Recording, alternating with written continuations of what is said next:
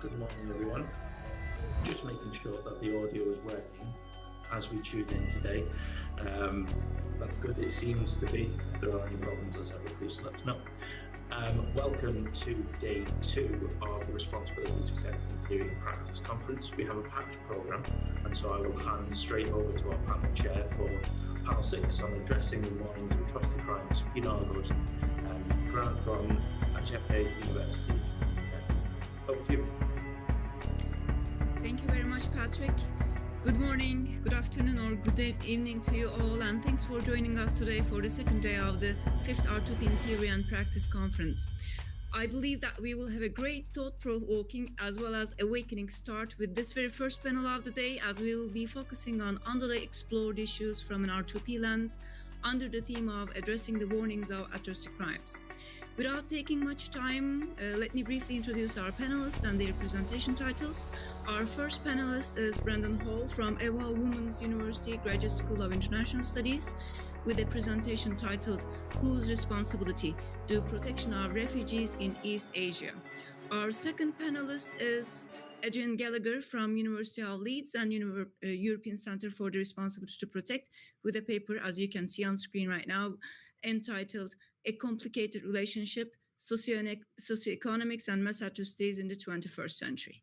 Then we have JESS GIFKINS from University of Manchester with Dean COOPER-CUNNINGHAM from Copenhagen University with their paper entitled Queering R2P LGBT plus Persecution as a Blind Spot Within R2P Debates.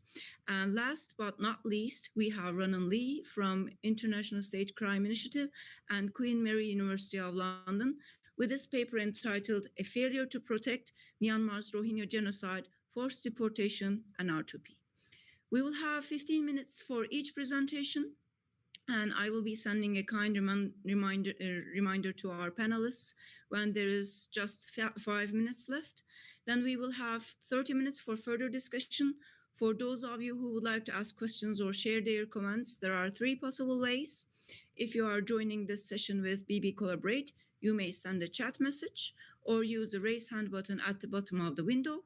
Alternatively, if you are watching the live stream on YouTube, you can write in the comment or chat section.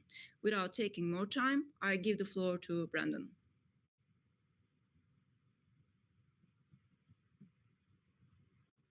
Thank you very much, Bina. Let me see if I can share my PowerPoint.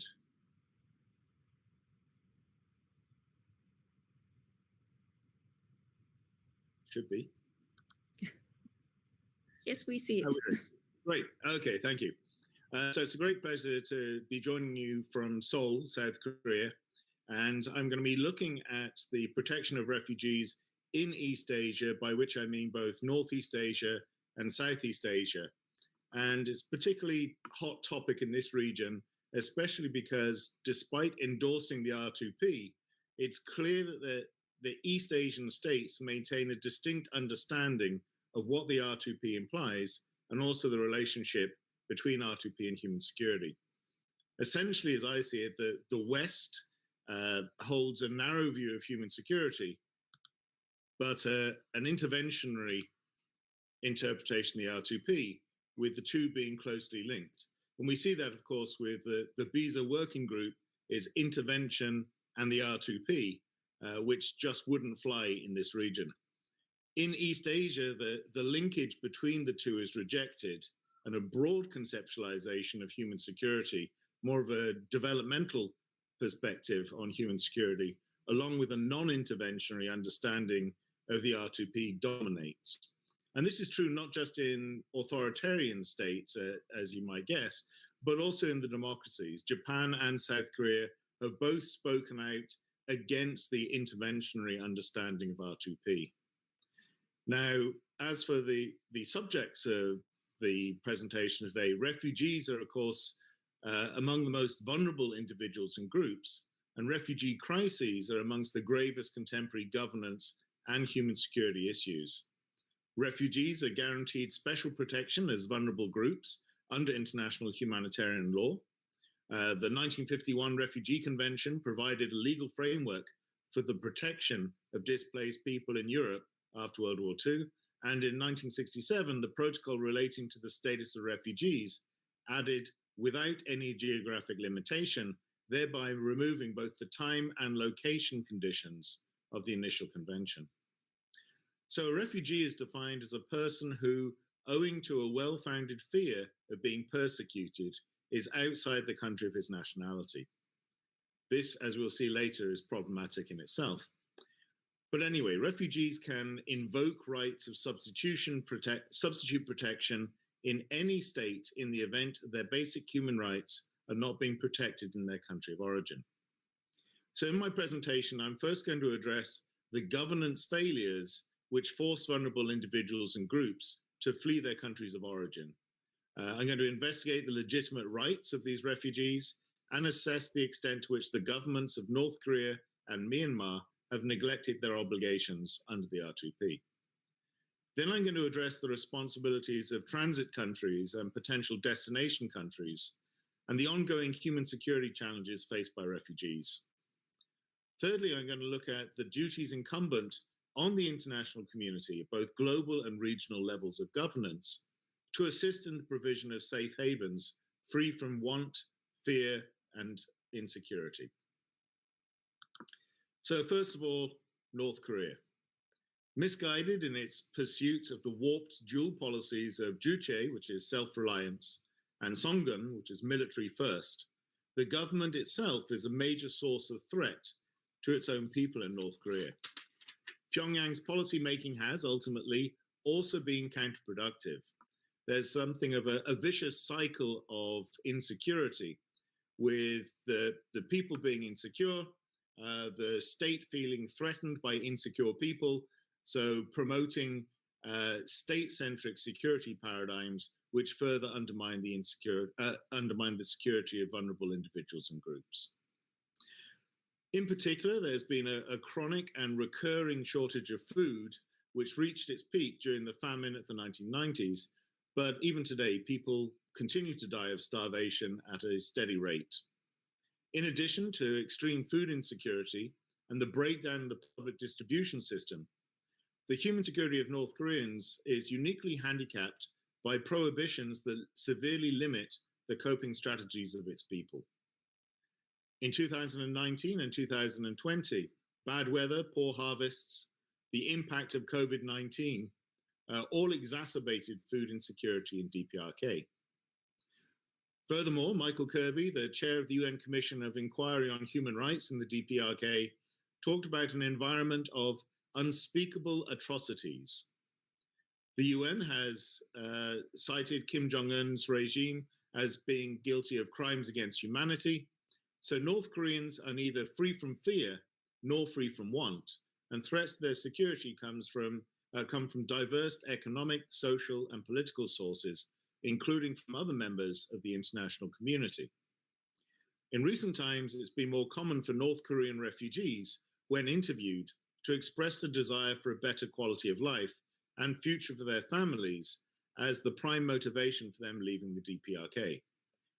This leaves them open to being charges of being economic migrants, and so therefore potentially not protected by refugee legislation. Furthermore, the Republic of Korea, South Korea, provides nationality to all Koreans born on the Korean Peninsula, including Koreans born in North Korea. So this might also be seen as an obstacle to third-party protection of refugees. Nevertheless, North Korean escapees have generally been defined as refugees under the Refugee Convention. And this is primarily due to the clear violations of their human security in North Korea. If we move on to Myanmar, again, we have a security dilemma or insecurity dilemma, with the national security forces pursuing policies which undermine the security of vulnerable individuals and groups, and these vulnerable individuals and groups in turn being seen as a threat to the national security. Facing many challenges, including ethnic insurgencies and the remnants of colonial experience, successive governments in Myanmar, whether military or civilian, have adopted state-centric national security policies with an emphasis on national sovereignty, territorial integrity, and the unity of the diverse ethnic nationalities. Such policies have often impacted negatively on the human security of the most vulnerable and opened the governments of Myanmar to external criticism. In particular, if we see the response after Cyclone Nargis devastated Myanmar, Western commentators and actors were overwhelmingly critical of the government, even to the extent of advocating R2P intervention, whereas Asian voices were opposed to such language, let alone actions. And despite successive waves of people empowerment, the most vulnerable sections of society have remained endangered and significantly without voice in Myanmar. In 2021, of course, it seems that what progress had been made was essentially rolled back by the military returning to power in a coup. Yet the ongoing tensions between national security and human security were most vividly highlighted by the Rohingya refugee crisis, which, despite a lengthy, slow-burning history, erupted into a full blaze on the National League for Democracy government's watch. Under the 1982 citizenship law, the Rohingya are not recognized as citizens and therefore potentially not entitled to the rights of citizens, and maybe this exonerates the government of Myanmar from the responsibilities towards them. The official position is that the Muslim population of Rakhine State came from Bangladesh during the period of British colonization of both territories. So this would also potentially have implications for their status as refugees. It is unclear what is the country of their nationality to which they are being prevented from returning. The opposing perspective is that the Rohingya were once counted as part of the ancient kingdom of Arakan, which stood independent of both the Burman kingdoms in the east, as well as Bengal and the Mongols to the west. In fact, there are elements of truth to both positions, that there was an ancient Muslim population, but that expanded under British administration. But regardless of their heritage, I believe that the Rohingya are entitled to protection from the government against the 4 atrocity crimes of genocide, ethnic cleansing, war crimes, and crimes against humanity. Related to these 4 atrocity crimes, there are accusations of genocide, and certainly a case could be made if we have a broad interpretation of genocide, but generally the international community has been very restrictive on genocide, and it's very difficult to prove. But that is not the case for the other 3 atrocity crimes. The UN has described what's happening to the Rohingya as a textbook case of ethnic cleansing. Human Rights Watch has detailed crimes against humanity.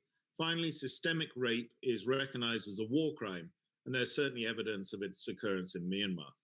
So North Korea and Myanmar have failed in their governance obligations under the first R2P pillar and created the conditions that stimulate an exodus of refugees. But what about neighboring states? Okay, I see the warning.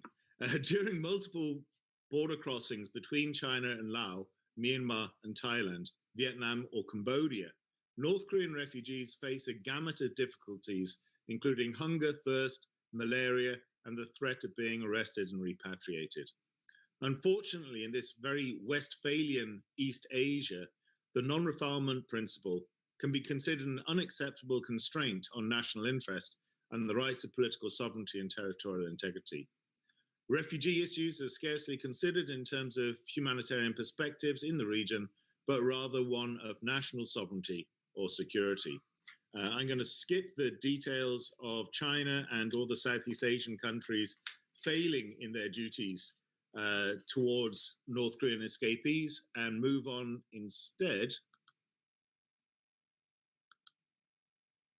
to Myanmar and the responsibilities of neighboring states towards the Rohingya. Well, again, China and Russia have reiterated their objections to Western meddling or interference in the country. South Korea and Japan, despite becoming parties to the Refugee Convention and the Protocol, are notorious for their low level of acceptance of refugees, with the exception of North Korean refugees in the case of South Korea. Bangladesh has borne the brunt of the refugee crisis and have more recently been criticized for governance failure in response to them. Other South Asian countries have been accused of securitization, discrimination, and seeing refugees as exacerbating ethnic divides and contributing to conflict. Malaysia is a key destination or want to be destination for Rohingya refugees, but Malaysia has tended to either put vulnerable refugees back into the boats and push them back out to sea, or they've detained and prosecuted refugees for illegal entry. Thailand seems to treat the Rohingya refugees worse than they do other groups of refugees. So it seems that many neighboring and regional countries are failing in their governance obligations as well. So finally, the international community towards both North Korea and Myanmar, the international community has attempted to use both the carrot of incentivization and the stick, coercion of sanctions, to try to get actually both of these regimes to change their policies. And they have clearly failed to do so. There's been a non-impact of sanctions. In both cases, there's no option for a military intervention, a humanitarian intervention, or normative war fighting.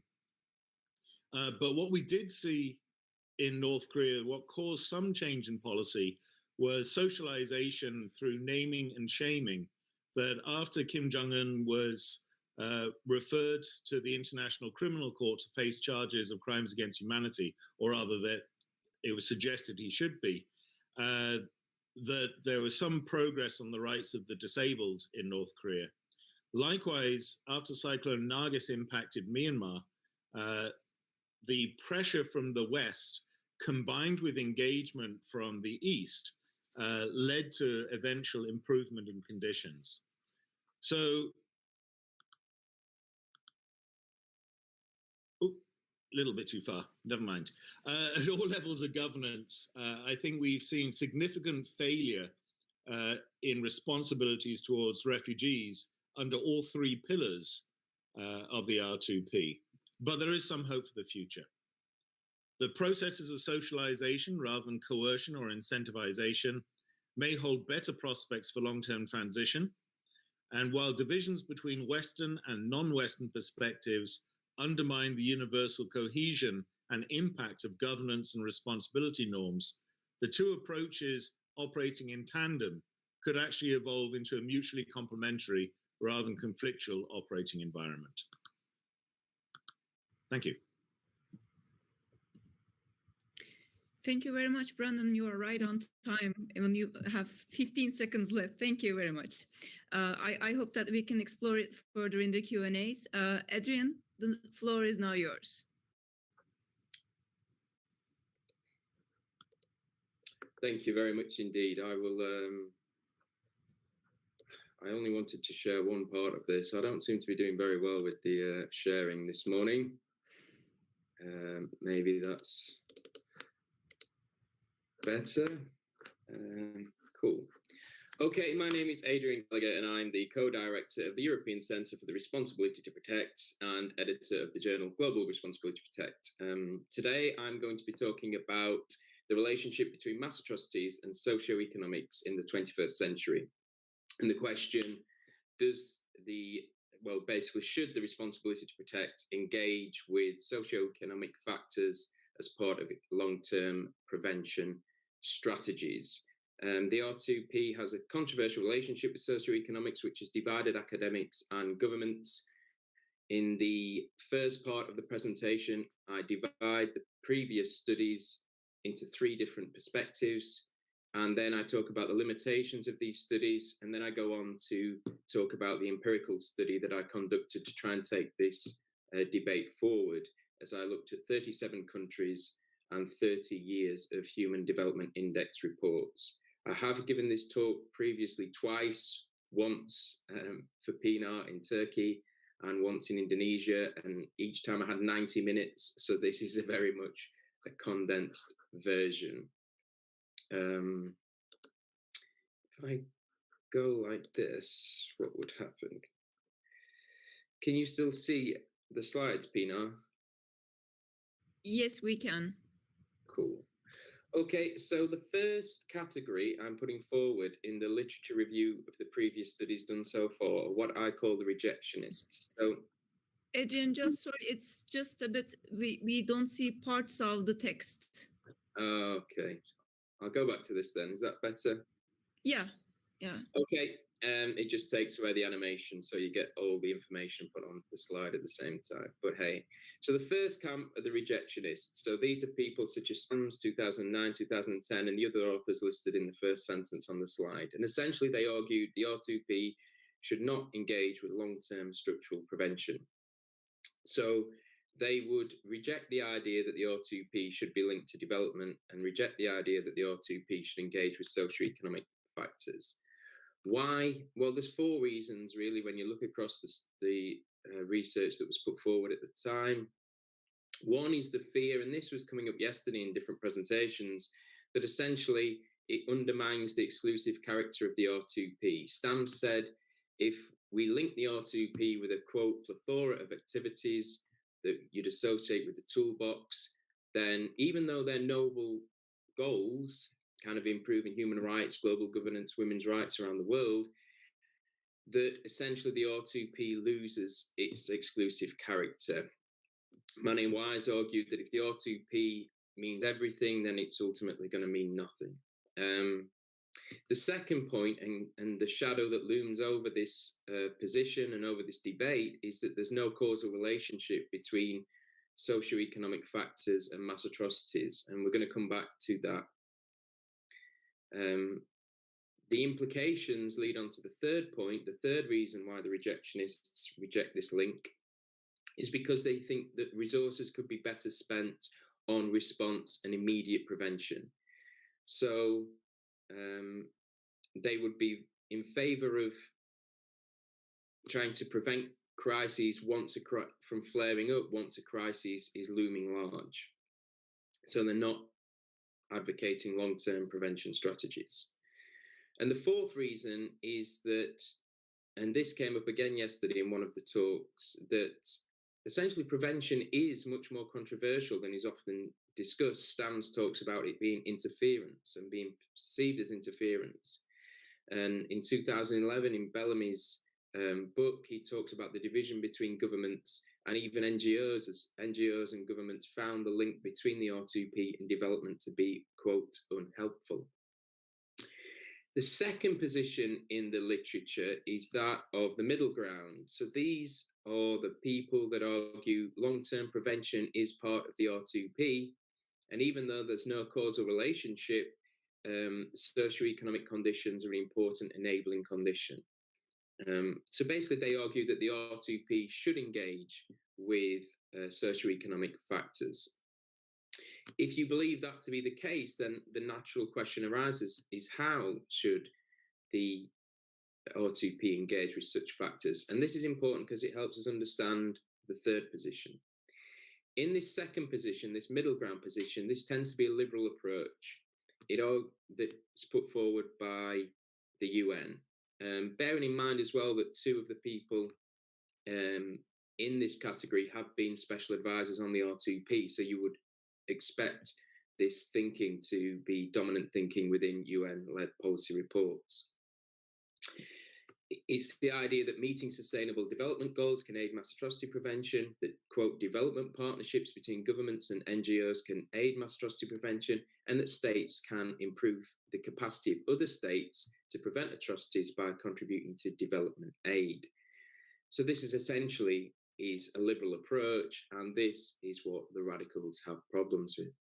So the radical position has become dominant, and well, it's not exactly mainstream, but it's come to fruition in the recent years. There's been a couple of articles in EJR, for example, and a monograph in 2009, and essentially these challenge or even reject the R2P.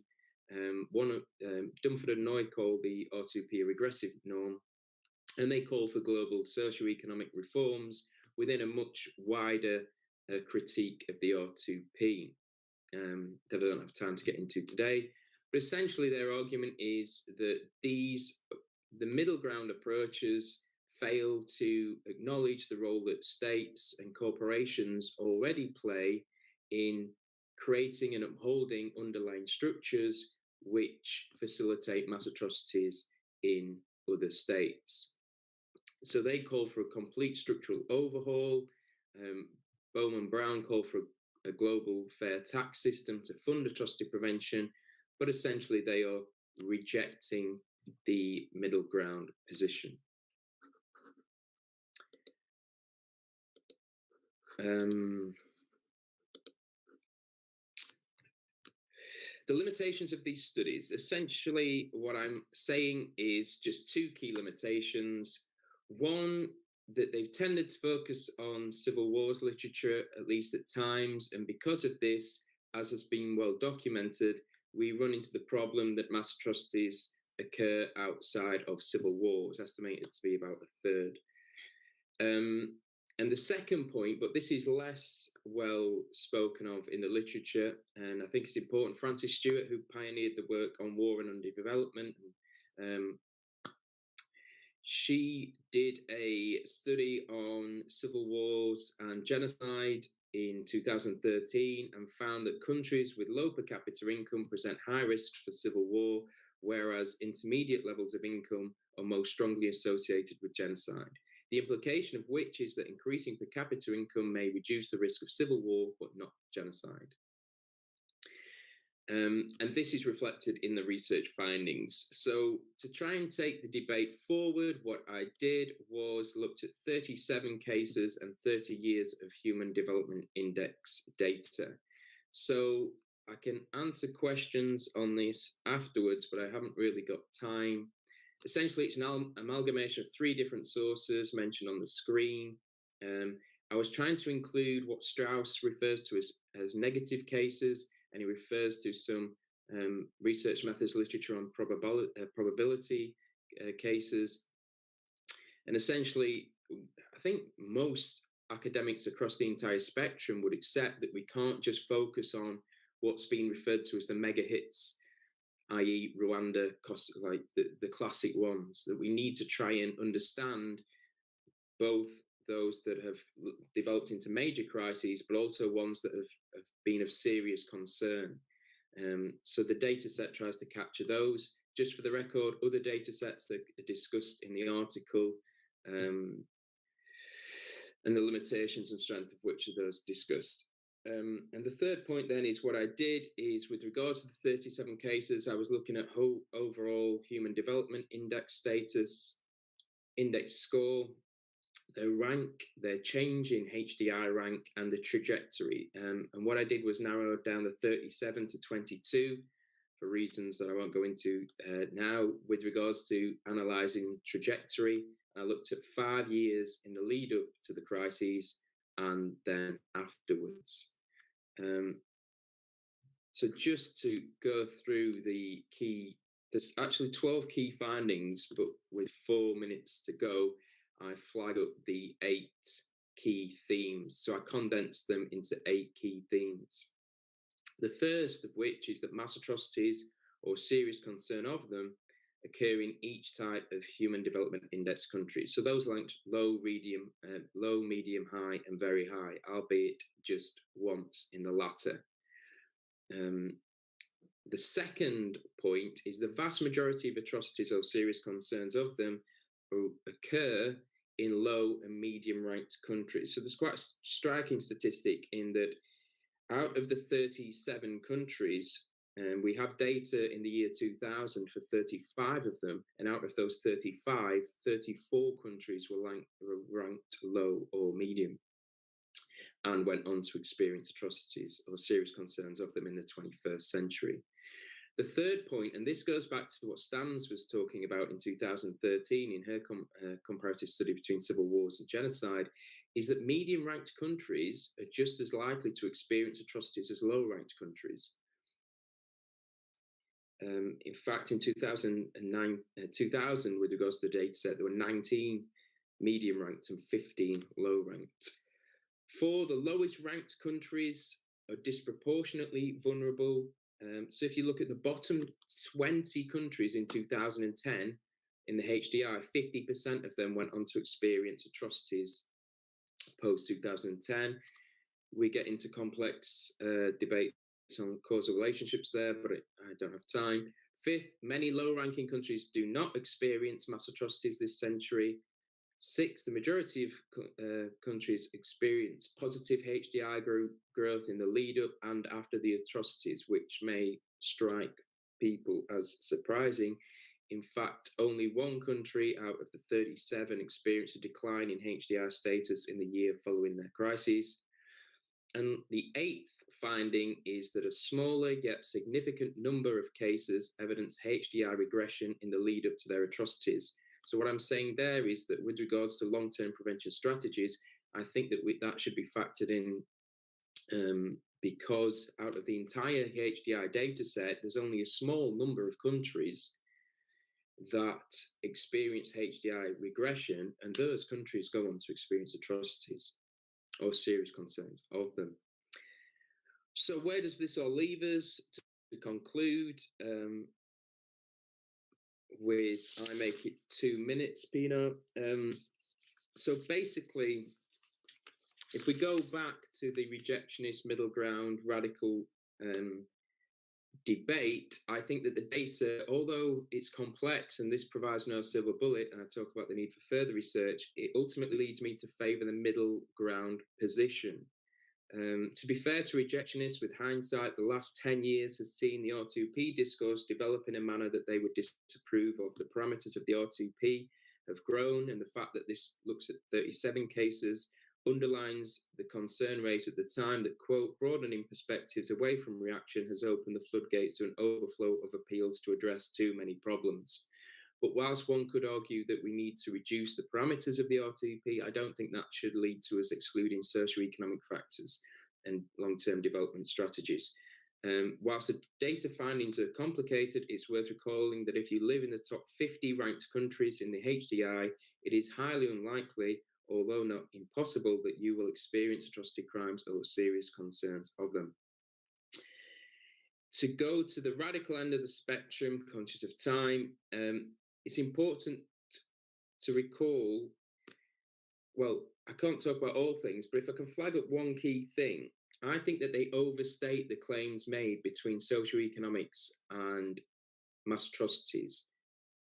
Because if we take two things from the data, A, the vast majority of countries that experience mass atrocities or some serious concerns of them are ranked low or medium. In 2034 of 35 countries we have data for in these categories. And we combine that with B, that many low-ranking countries have not experienced atrocities, then we can derive from that there must be another set of factors, perhaps working in relation with socioeconomic factors, that makes mass atrocities more likely. So therefore, it seems to me that the radical end of the spectrum has overstated the relationship when they use phrases such as socioeconomics being a significant or major root cause, because I'm not sure that that is the case based upon the study. Overall, I would welcome the redistribution of wealth at the global level and accept that this would undoubtedly reduce human suffering worldwide, but I don't think that this would aid mass atrocity prevention in the manner suggested by critics of the R2P, which leads me to uphold the middle ground position. Thank you very much. Thank you very much, Adrian. It's a very thought-provoking argument. I believe that we can discuss it further in the Q&As. Now, I would like to give the floor to Jess and Dean. How do I stop sharing? I can't stop your sharing, but okay, perfect. I now see Jess. Great. Thank you so much, Pina. We're very excited to be talking about this project. It's our first time talking about this project, and it's also the second day of Pride Month, so that feels like an apt time to be talking about these issues. So this project grew from a sense of frustration in seeing growing hate crimes against LGBT people here in the UK, in Hungary, and other parts of Europe, and not seeing this as a thing that's discussed within R2P communities. So at the moment, we're in the early stages of a research project looking at the relationship between LGBT plus persecution and the responsibility to protect. So what we're trying to do here is establish why this relationship is important and that there's a gap in the academic literature and in state practice on this issue. So it's a joint project between myself, Dean Cooper-Cunningham at Copenhagen University, and Kate Ferguson at Protection Approaches in London. So Dean and I are presenting today. Kate might come in if we have questions relating to her part of the project. So for those of you who don't know me, I've worked on R2P for a long time, but previously in the context of decision-making practices in the UN Security Council. So this is a new area for me. So the aim of this project is to produce a policy report and an academic paper and to engage in advocacy with states that LGBT plus persecution is an area within R2P that requires further thought and action. So over the past decade, we've seen R2P become increasingly intersectional, as many of you will be well aware, particularly on gender, in terms of intersections with the women, peace and security agenda, and also on race with growing post-colonial arguments in the R2P space. From what we've found so far, though, R2P scholars and practitioners have yet to focus on the intersection between R2P persecution and, between LGBT plus persecution and R2P. So this is a surprising thing to find, because we know that LGBT plus people have been targeted as part of mass atrocity crimes as far back as the Holocaust, which Dean will talk about some more in his section, as well as currently in the West across Poland, Hungary and Chechnya. So in this project, we're focused on Pillar 1 understandings of R2P, so that's national responsibilities, as articulated in paragraph 138 of the World Summit Outcome Document, where states agree not only to protect their people from the 4 mass atrocity crimes, but also the prevention of these crimes, including the incitement of these crimes. So it's under the prevention dimension of R2P that hate crimes become a key indicator of rising tensions and marginalisation of a particular identity category. So in the modern era, while Western countries have seen a growing move towards legal rights for LGBT plus people, such as same-sex marriage, this has been accompanied by a growing backlash against LGBT plus people and growing violence as well. Some people have described the move towards legal rights as a red herring in some senses, because it's kind of masking this other trajectory that's happening as well. Here in the UK, in recent years, there has been a significant rise in hate crime, with 1 in 5 LGBT plus people having experienced a hate crime in the previous year. And that's higher for trans people. It's also higher for Black, Asian and minority ethnic people. And most of these crimes are not reported to police. So of hate crimes that are reported, there's been a continued increase of hate crimes on the basis of both sexual orientation and gender identity, and that's a pattern that we see across Europe. So in the UK, hate speech and hate crime is particularly vehement against trans women as part of a broader culture war on gender identities. So we see transphobia institutionalised across many UK media outlets, and that's across the political spectrum, unfortunately. We also have to remember, in relation to the UK, the colonial legacies at play here, given that it was the UK that actually exported homophobia in the form of colonial laws prohibiting same-sex relations. So we're focusing on Europe at this stage, as we don't want this to be thought of as something that only happens in other parts of the world. And we want to focus on domestic responsibilities of states in particular. So I'll outline the gap here, and then Dean will bring in some current and historical examples. So in terms of the gap in state practices, we've looked to the General Assembly annual dialogues on R2P because they're a useful site for assessing how states understand the parameters of R2P, as well as how that's evolved over time. So in General Assembly statements since 2009, there's an increasing engagement with identity categories. So we see growing references to refugees and to women. But on that same timeline, we don't see a commensurate engagement with identities across the LGBT plus spectrum. So 2019 statements include references from Costa Rica and Uruguay on LGBT plus identities, but otherwise there's a notable absence of recognition from states that LGBT plus persecution and protection are relevant under the banner of R2P. There was also a reference from Russia, but that was homophobic in nature. In terms of gaps in the academic literature, there's 2 articles in the premier R2P journal, which is Global Responsibility to Protect, and that include discussion of LGBT plus violence, but this is outside the focus of the articles. So those 2 articles are on gender and the arms trade. Within genocide studies as a research area, there's some more engagement with LGBT plus persecution, but it's fairly limited in that area as well. So having established this gap, I'll now hand over to Dean, who's going to talk about political homophobia and current and historical cases of LGBT plus persecution. Just let me check. You can hear me, right? Yes. Okay. Yeah. Sorry, I had some trouble accessing the platform this morning. So, hi. For those of you who don't know me, I'm Dean Cooper-Cunningham. I'm currently a PhD fellow at the University of Copenhagen with 3 months to go. So please forgive me if some of this is a little bit rushed. But I also am not an R2P scholar, so most of you probably won't know who I am. I primarily work on political homophobia and visual international politics, which means I'm doing something quite different than what Jess and I and Protection Approaches are trying to do with this policy piece. But it's something that I'm super excited to be part of.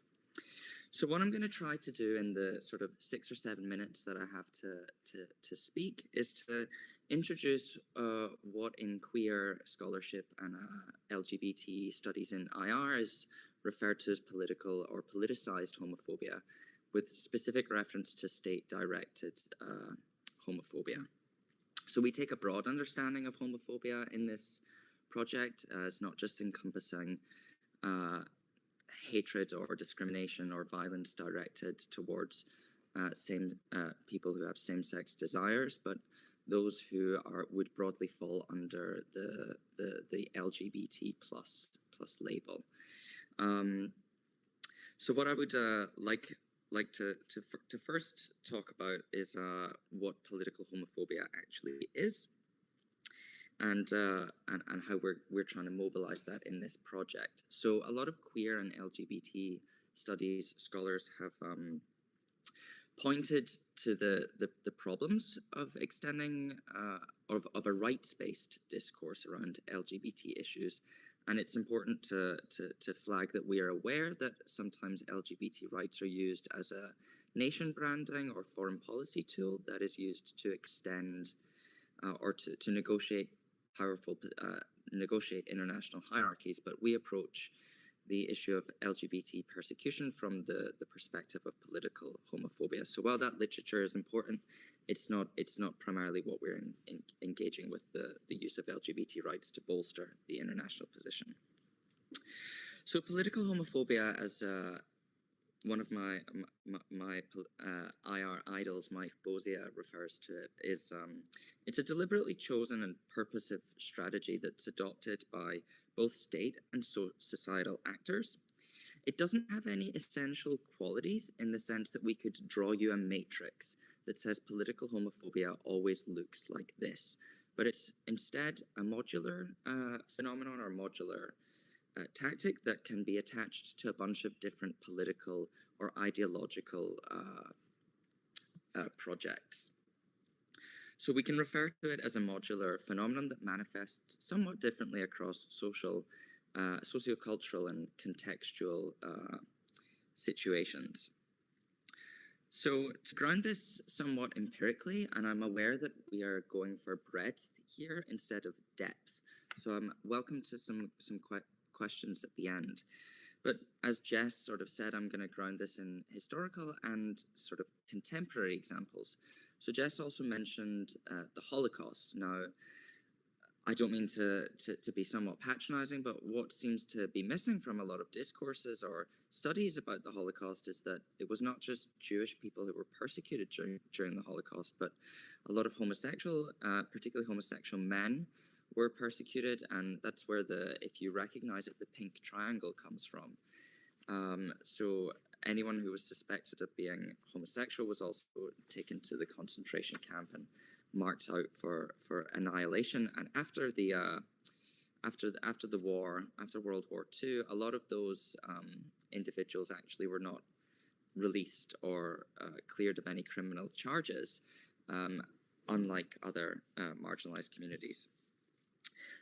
Also in the United States, there is the Lavender Scare, which took place at the same time as the Red Scare, where the US tried to root out communists who they thought that the queer people in government were communist infiltrators trying to bring down the US establishment. We also have within the last 5 minutes, thanks Pinar, I'm not going to talk for too long, don't worry. We also have in the UK the legacy of Section 28, which was only repealed in 2000 in Scotland and 2003 in the rest of the UK, which prohibited teachers from, and I quote, promoting homosexuality, which was pushed through by the Thatcher administration. Now, it's done the rounds on Twitter recently, but you can see her actively saying that the homosexual ideology threatens British school children. So to take a whistle-stop tour in about 1 minute and 45 seconds, I'm going to talk very briefly about Poland and Hungary, and also sort of Russia and Chechnya. So in both Poland and Hungary, we've seen both democratic backsliding, but also an increased persecution of LGBT plus people. Now, in Hungary, there have been recent constitutional changes that were pushed through emergency legislation during coronavirus, which prohibit trans self-ID, also enshrine marriage and parental rights, as the mother is female and the father is male, is written into the constitution now, which prohibits also non-married couples from adopting children. And vigilante violence has been increasing, and hate crime violence has been increasing in Hungary over the last 4 or 5 years towards LGBT people. In Poland, I think most famously at the moment, we have seen the establishment of LGBT-free zones, which has prompted the European Union Parliament to declare itself an LGBTI freedom zone. So we're starting to see starting to see a confrontation between different worldviews about LGBT rights as untraditional and as a marker of progress or a marker of regress. So whilst we can talk some more about the specific examples in detail, I want to very briefly flag up that something that a lot of queer scholars, and this will be my last point, Jess, that something that a lot of queer and LGBT, studies scholars have pointed out is that political homophobia is generally a strategy used by incumbent governments that are suffering either political or economic crises, however defined. So it's imperative that we tackle this through an R2P prevention strategy. That yes, I will stop there and I will let Jess take some space before I keep talking. Okay, thank you, Dean. You can see we're trying to cover quite a bit of material in the time that we have. So really the key thing here to say is that, the relationship between LGBT plus persecution, hate crime and atrocity crime is both long-standing and current and happening around us. Political homophobia is widespread, and yet the relationship between LGBT plus persecution and R2P is an area that has not yet received due attention. So working with protection approaches, we're trying to begin this conversation, and we really invite you to join with us on this journey in researching and discussing this area further. We really do welcome your input and dialogue, as this project develops. Okay, we'll leave it there. Thank you. Jess and Dean, thank you very much, and thanks for keeping up with the time as well. It's always hard to do it with two people, but you have done just great. Thanks so much. Now we move on to our final panelist. Ronan, the floor is yours. Great, thanks so much. Let me do the screen share. That's not it. Let me do the sharing of things. And no, this worked in the test and it's not working now. Bear with me.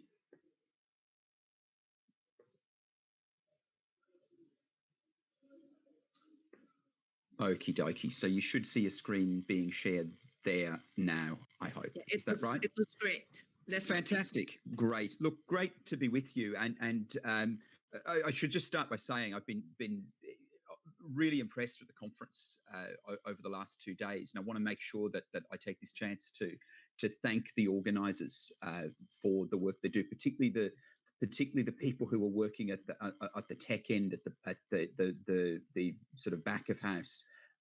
That's the work that I'm always astounded at how difficult it is, but how smoothly the conferences run. So thank you so much.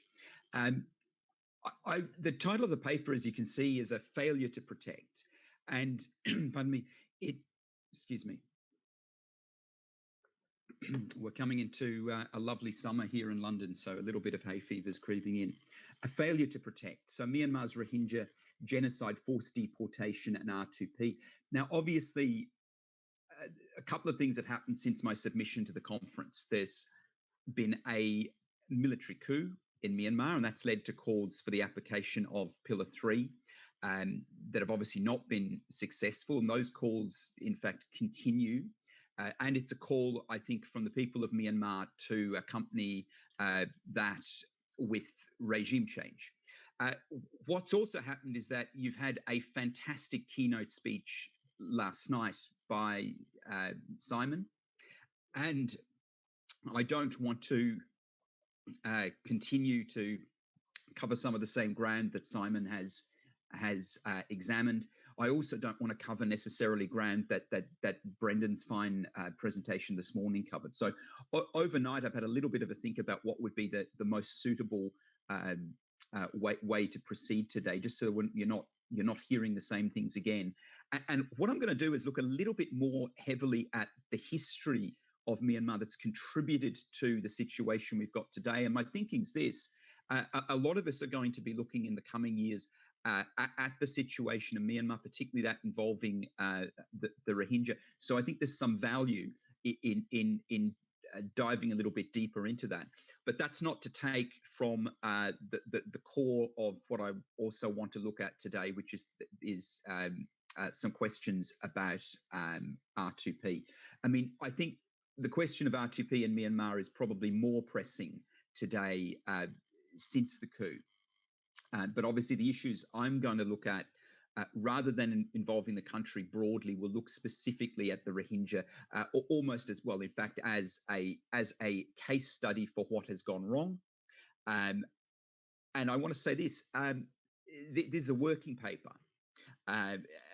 Maybe somewhat unusually for me, I don't have strong views to present about what should happen or what might be a solution. I'm casting around looking for some innovative ideas, but I wanted to share my thinking around this as with all of you, and I wanted to continue to think through what might be an innovative approach for R2P in Myanmar.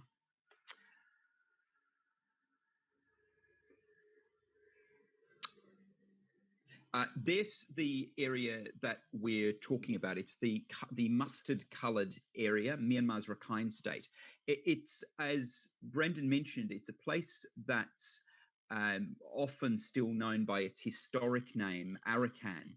And we're specifically looking at northern Rakhine State, and that's that area adjacent to Bangladesh. And I've marked Cox's Bazar, which is the larger town just across the border.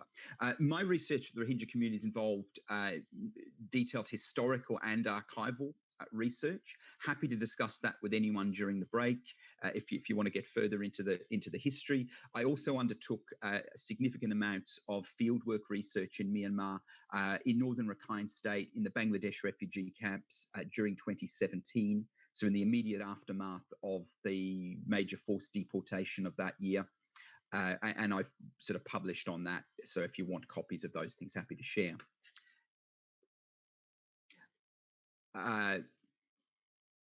Myanmar is an overwhelmingly Buddhist country. Rakhine State is home to two major communities: a Buddhist community representing about 2/3 of the population, and the Rohingya. It's a Muslim group, and it represents, until recently, about 1/3. Today, Rakhine State's part of Myanmar, formerly Burma, but historically this was, as Brendan mentioned, an independent kingdom, and it was known to outsiders as Arakan. At its peak, the kingdom claimed territory that's today part of Rakhine State in Myanmar, but also, and you can see from the map there, it's that green area right in the middle, but also large areas of what's today Bangladesh, including the city of Chittagong, so it's Chittagong, and it also stretched as far as Dhaka almost. It was multi-ethnic and multi-religious, and at times the kingdom minted coins featuring the Kalima, the Islamic declaration of faith. Its leaders took on Islamic titles, for instance. At its peak in the 15th century, Arakan's capital, Mrau, had a population of around 160,000 people.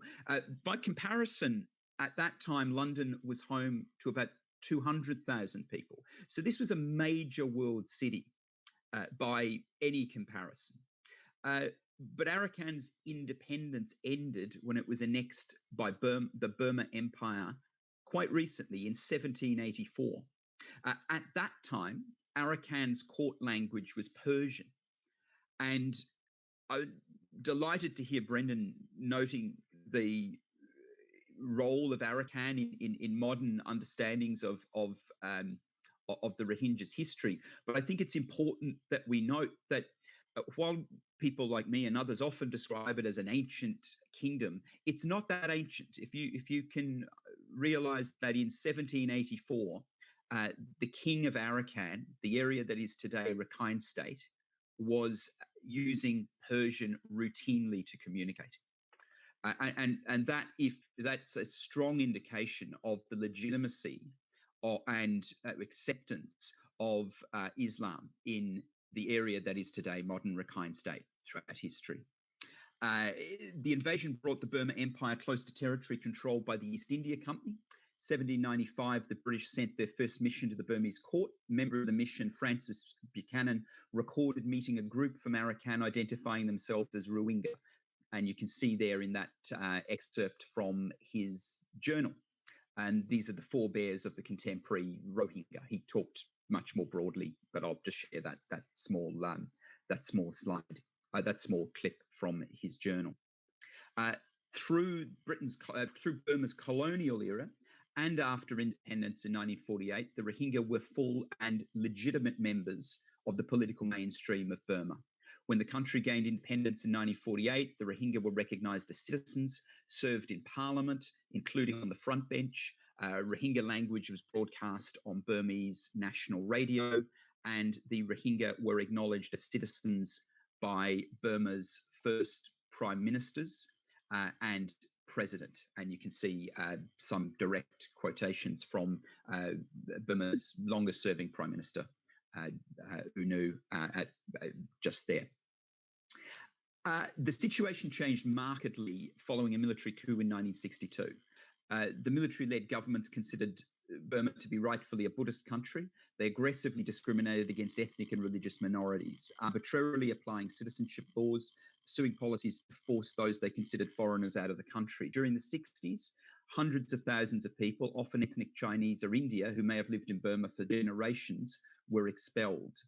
The military's policies of cultural assimilation routinely involved discrimination against minority groups in areas of culture, language, religion, and education. The Rohingya, who'd previously been accepted as citizens, found these and other rights were increasingly rejected by the authorities during the period of military rule. The authorities rejected Rohingya claims to pre-colonial heritage, and the group increasingly became victims of official persecution and rights restrictions, including strict limits on their freedom of movement, access to healthcare and education, livelihood opportunities, and restrictions on their ability to marry and have children. During military rule, the Rohingya were subject to semi-regular pogroms and forced deportations, including in 1978, 1991, 92. These expulsions forced hundreds of thousands of Rohingya over the border to Bangladesh. Military-led governments remained in power until a quasi-civilian administration led by a former general, Thein Sein, won a stage-managed election in 2010. Anti-Muslim violence in Rakhine State, which the authorities characterized as intercommunal, in 2012 left 140,000 Rohingya homeless. These homeless were confined to concentration camps, and they've been there since. They're there today in northern Rakhine State. Throughout the 2000s, we had a regular pattern where annually Rohingya would seek to escape. Figures around 25,000 Rohingya every year would take irregular boat journeys to other parts of Southeast Asia. Thein Sein's administration did not pursue policies in any way to improve the Rohingya circumstances, and neither did the administration of Aung San Suu Kyi. That was, fantastic, thank you, that was in power from 2016 to 2021. And in 2016, when Aung San Suu Kyi was the country's leader, and the military responded to local insurgents, a clearance operation was launched by the military, forcing 90,000 Rohingya to Bangladesh. Aung San Suu Kyi did not criticize this military action, but did criticize Rohingya women who shared accounts of sexual assault by Myanmar's military.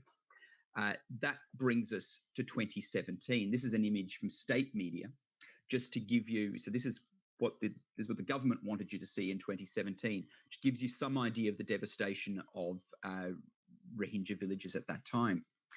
I'm going to touch on this only briefly because Simon's addressed it in such great detail last night. Obviously, a shocking and genocidal forced deportation of the Rohingya, more than 700,000 forced by the military across the border to Bangladesh.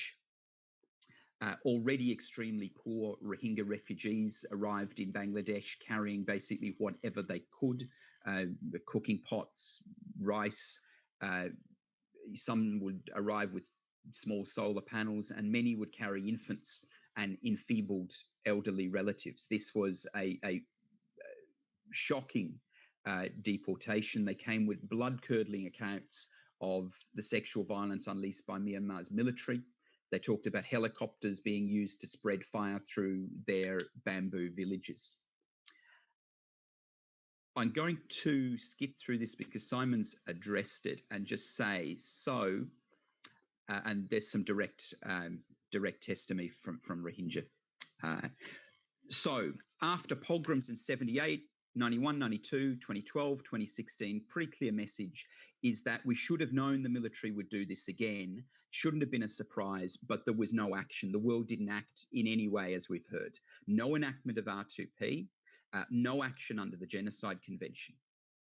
And that leads me to question the role of R2P in Myanmar. Now, we've seen the Genocide Convention used innovatively in the International Court of Justice. We've seen also the International Criminal Court use its lack of jurisdiction used innovatively by claiming jurisdiction because the crime was a crime of deportation into a member state. So two of the international bodies that I would have been very critical of have found innovative ways to engage with the atrocity crimes within Myanmar, but R2P hasn't yet done that. My question is this: is there an innovative way for R2P to engage with Myanmar? I note that the people of Myanmar have called for R2P. The Rohingya had called for R2P, but they stopped when they realized that help wasn't coming.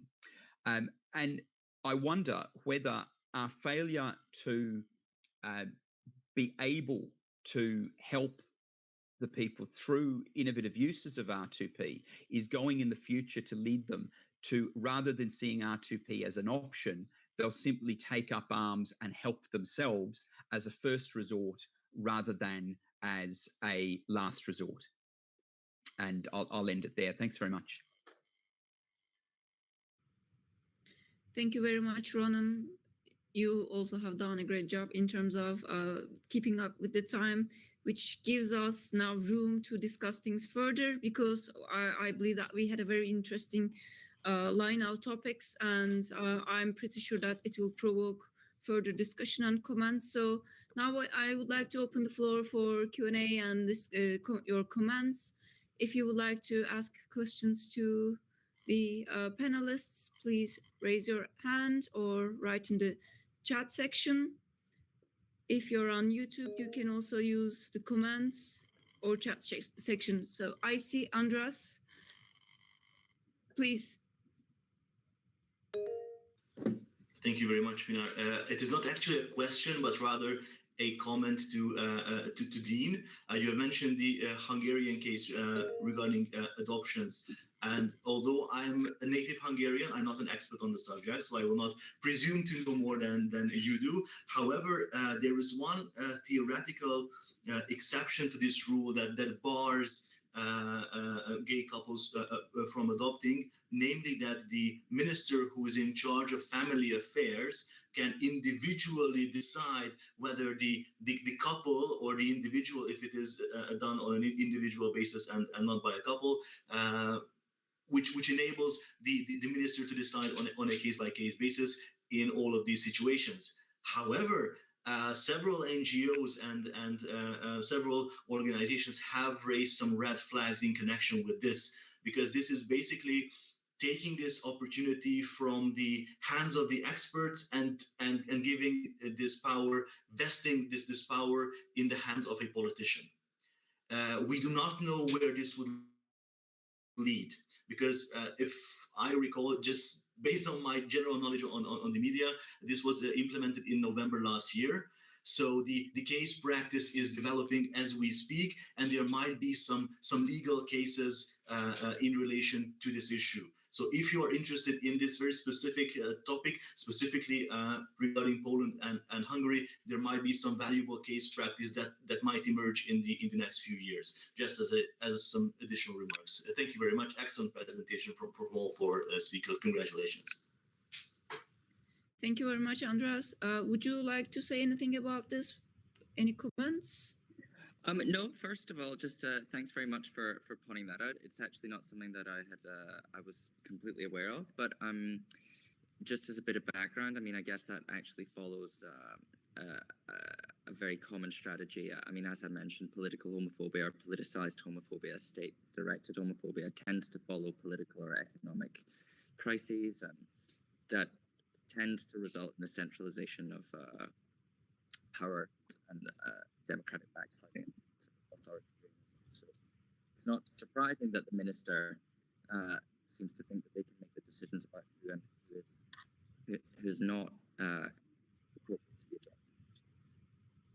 But thank you. Thank you, Dean. I see Sam and Joanna. Sam?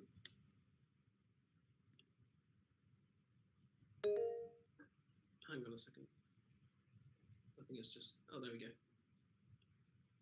Yeah, hi everyone. Thanks for a really good panel. Really enjoyed all the papers this morning. It's a really good start to the day. I've just got two questions for Adrian, actually. So the first question, I know Adrian didn't have as much time to go through the cases in detail, but I was just wondering whether you were looking at, whether you identified a difference between, in the cases anyway, whether it was mainly states or non-state actors who were the ones who were, or both potentially, who are involved in committing the mass atrocity crimes, and what that suggests about a discussion we were having yesterday about China's role in kind of pushing a very development-focused prevention approach that's mainly about kind of good state governance and reinforcing the powers of the state to be able to deal with mass atrocities.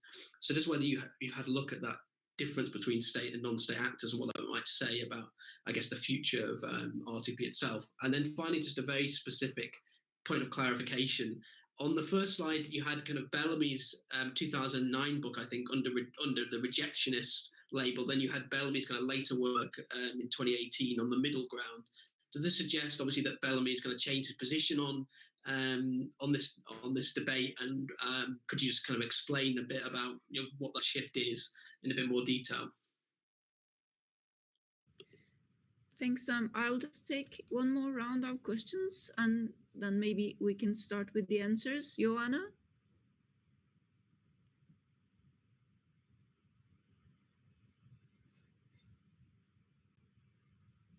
Joanna, can you hear us?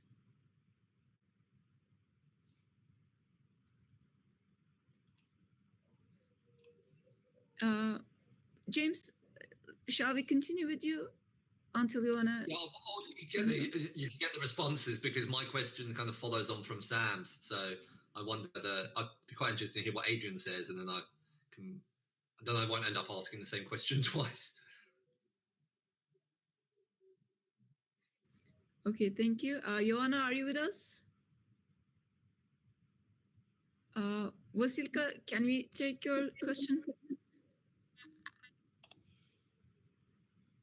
Hi, everyone. Excellent panel. I really enjoyed all the presentations, but I wanted to comment on Jess and Dean's presentation concerning LGBTI, and specifically because in the work of the Human Rights Committee, we often encounter this issue of discrimination against this group, but also inhumane treatment, so violations of various articles under the International Covenant on Civil and Political Rights, and particularly, for example, in situations where these practices target LGBTI persons in refugee camps or internally displaced persons camps.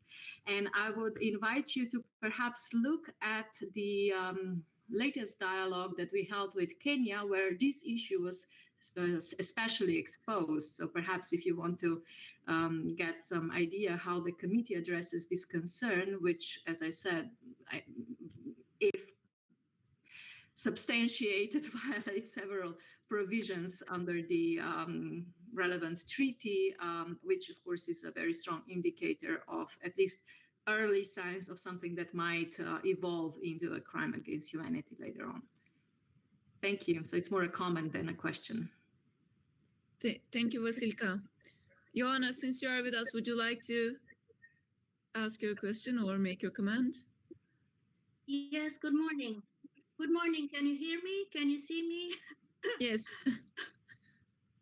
Hello? Oh, great. Okay, so I have two questions for Ronan. So regarding the Rohingya case, the first one is what happened in the Security Council? I mean, was this issue even debated, or China just took it off the agenda completely?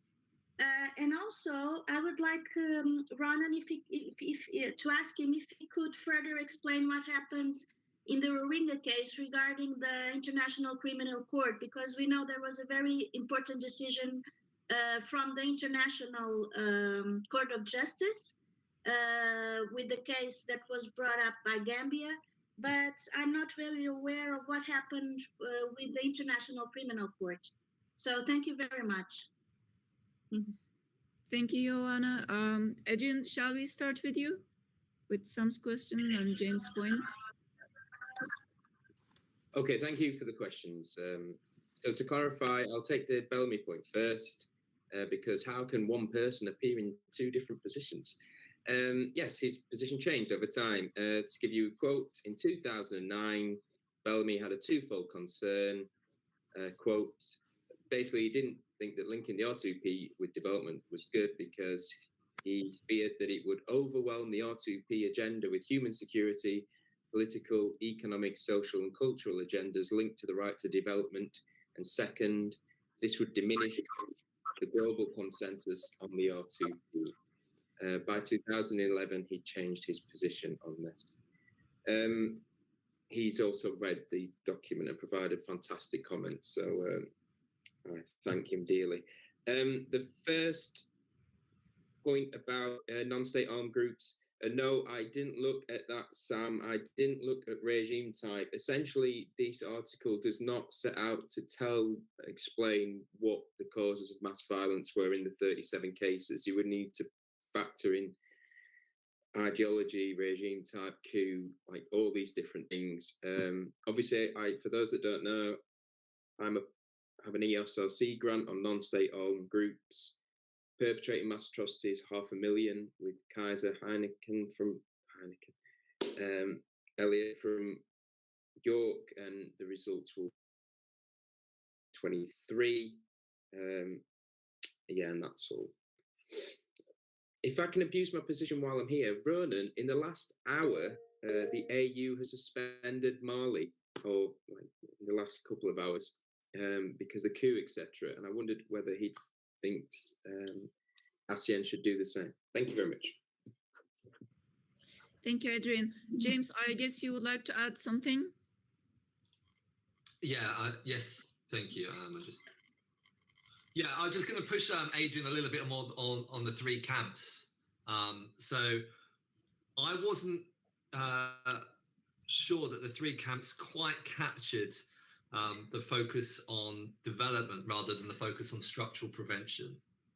If you take Boehm and Brown, aren't they arguing that we should do structural development and operational prevention? Whereas, for instance, the more skeptical piece, the Doyen, the Newfield and Michael, the EJAR piece, the recent one that came out in the book, that's more skeptical of all forms of intervention. So the radicals might be split up into different grounds. The middle ground seems like it's not really a middle ground. It's more of it's a pro ground for one side. I mean, the red sectionists, I can see that. So I'd like to just push you a bit more on how you're seeing these three camps and whether there are splinters between them and what exactly they're focused on. Adrian, would you like to respond? Why doesn't Ronan answer the questions that he was put to him, and I'll have a think about that. Okay, Ronan, if you don't mind, can I go in line with the questions? So there was a question prior to yours to Jess and Dean, addressed to Jess and Dean. Thank you very much.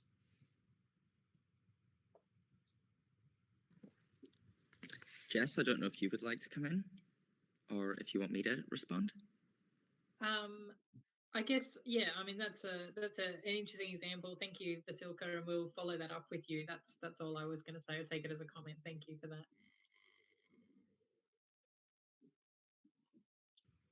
Ronan, thank you. Yeah, great. Yeah, thanks. Look, I'll start, if you don't mind, with Mali, because it's breaking news. So Mali has had a couple of coups. They've now been expelled from the African Union. There's talk of sanctions. Look, the African Union's a very different beast to ASEAN. ASEAN, I think, in part because of its size, but just the specific nature of the countries involved, that they're very, I mean, you know, the principle of non-interference. They don't want to get involved. They have a problem.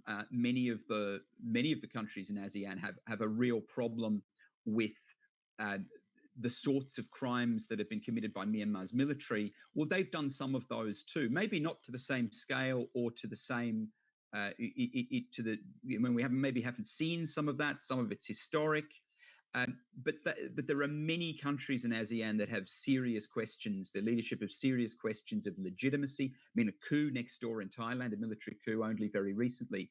So I don't see ASEAN changing its approach significantly because of what's happened with Mali. I think what this does do is it shows ASEAN to be pretty weak. It shows it to be really not a regional body that we can expect much from. But, you know, we knew that. You know, the UN Security Council knew ASEAN was weak before it decided to shunt responsibility for contemporary action in Myanmar off to ASEAN, as they did 2 months ago. And in the 5 weeks since the ASEAN 5-point consensus was agreed with Min Aung Hlaing, the coup leader, there's been no progress whatsoever. ASEAN hasn't even been able to send an envoy. They're talking this week about maybe being able to send envoys to Myanmar. I mean, 5 weeks later. So yeah, I think it just highlights the weakness of ASEAN. I mean, I think it's as a problem-solving body internationally in Southeast Asia, it's just not fit for purpose. It's not going to do that. And it's actually providing a further shield for the military, and it's allowing other people to have an excuse for inaction, which leads me to the first questions. Look, the role of the Security Council. Simon addressed this in some in some detail last night, so I won't go through the sorts of things that he's talked about. My problem with the role of the Security Council is that it has tended to use, in the Rohingya's case, it used concern about whether or not is there a genocide taking place. There's some concern that maybe it's crimes against humanity or war crimes, but not genocide. Do we have an obligation to act, and so on? And then that provided an excuse for inaction. And that was not just China that took that excuse. I mean, the UK, I've spoken with folk at the Foreign Office here and pushed them as others have, and pushed them as to why it was that China's never forced to veto. China didn't veto anything in 2017. As far as the historical record will show, when historians in the distant future look back at the record of the Security Council from 2017 as the Rohingya were being genocidally deported from Myanmar, the UK and the US and France and Russia and China, were pretty much on the same side when it came to inaction. The problem then is that what we're seeing with the coup is that the pretty simple answer that countries like China and Russia can give is, well, you didn't take any action when it was a genocidal deportation. Are you saying that you'll take action because you want to put Aung San Suu Kyi back in power, but you weren't prepared to take action when it was the genocidal deportation of civilians? So inaction in 2017, I think, significantly contributed to an environment where it was harder to take action following the coup. And I'm happy to discuss that further in chats and other things. I've written a little bit about how it is that the Genocide Convention actually, because genocide is such a serious crime, worked against immediate action, because people sort of wait until the crime reaches the threshold of genocide. But by then it's too late, because the crime's been committed. Regards the International Criminal Court, look, there has been some progress. So the ICC, which prosecutes individuals, is undertaking an investigation at the moment. They're gathering evidence. They've been into the refugee camps in Bangladesh. They've taken testimony. They're gathering other evidence from within Myanmar. That there's an international investigative mechanism that you can contribute to if you have. I'll find the link and I'll put it in the chat. So if you have contacts within Myanmar who want to provide evidence, they can provide it securely through that international it's a UN investigative mechanism, and it's linked with the ICC case. So that case is ongoing, and I hope in the future there will be prosecutions and some movement towards accountability. Thank you, Ronan. Before going back to Adrian, since we have more time left and no questions on the line, Ronan, can I ask you something very brief about the ICC? When you were referring to the ICJ and ICC processes, would you consider this in line with R2P response, like under Pillar 2 or Pillar 3, if not a direct R2P intervention, as you have said? Yeah, I mean, I probably would. I mean, I'm a bit harsh on R2P and the genocide, and I'm a bit harsh on the functioning of R2P and the functioning of things like the Genocide Convention, because I've come at this from being immersed in research with folk who have been victims of genocide. So all the elements of R2P that aren't pillar. I mean, my focus is Pillar 3. That's what I've been keen to see, and that's what I think that has been needed. But yeah, I think it's entirely legitimate to see the role of the ICJ and the ICC within that framework. But the point I made in my paper is that this looks like innovative uses of the ICJ, so innovative use of the Genocide Convention to achieve to break that deadlock, where there is no action and no accountability. And the break of the deadlock, I mean, the real genius of this, and huge credit to Simon and his team, and I mean, and to Abubakar Tambadou's commitment to this. The real genius was the provisional measures, which made an order on the Myanmar state and military not to commit genocide, which has to then be backed by the UN Security Council. Now, things haven't deteriorated greatly since that order was made. There were serious concerns prior to that we could see another pogrom against the Rohingya, those that are left within Myanmar, and that hasn't happened yet. So whether that's down to the innovative use of the ICJ, I'm not sure, but it certainly, I think, has contributed. The same with the ICC. It's an innovative use of the mechanisms of the ICC to deliver an outcome, to deliver a step further towards further towards accountability. And while we might see that within Pillar 2, and probably we should, I'm not sure that we've quite yet found the innovative way to enact any elements of Pillar 3. And maybe it's not possible to do that because other things achieve it. But it is R2P that people in Myanmar are talking about. It's certainly broken through the popular consciousness in Myanmar. I think probably more than the ICC has.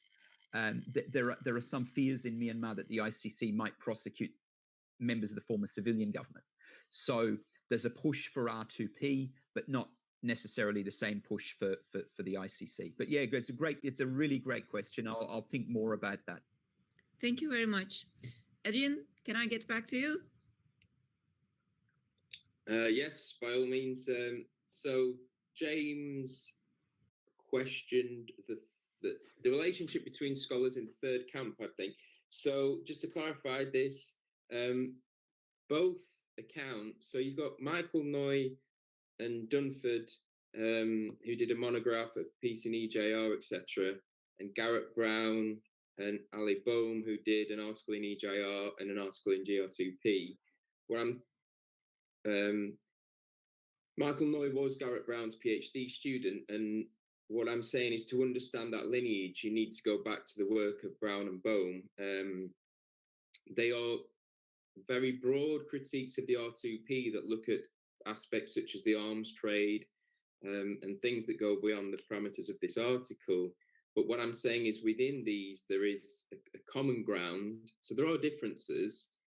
But for example, Dunford and Noy claim that low levels of economic development are a major risk factor for civil conflict and for atrocity crimes therein, whereas Brown and Bohm argue, quote, conditions of economic hardship, market inequalities and global poverty significantly increase the likelihood of conflict and mass killing. So I think that the common ground that they share is that they see socioeconomic factors as a major stress condition, to use the terminology that's in the 2005 agreement, and the implication of which for them is that the status quo is not addressing mass atrocity prevention. So they would see the IMF and development aid, etc., as a part of the problem rather than a part of the solution.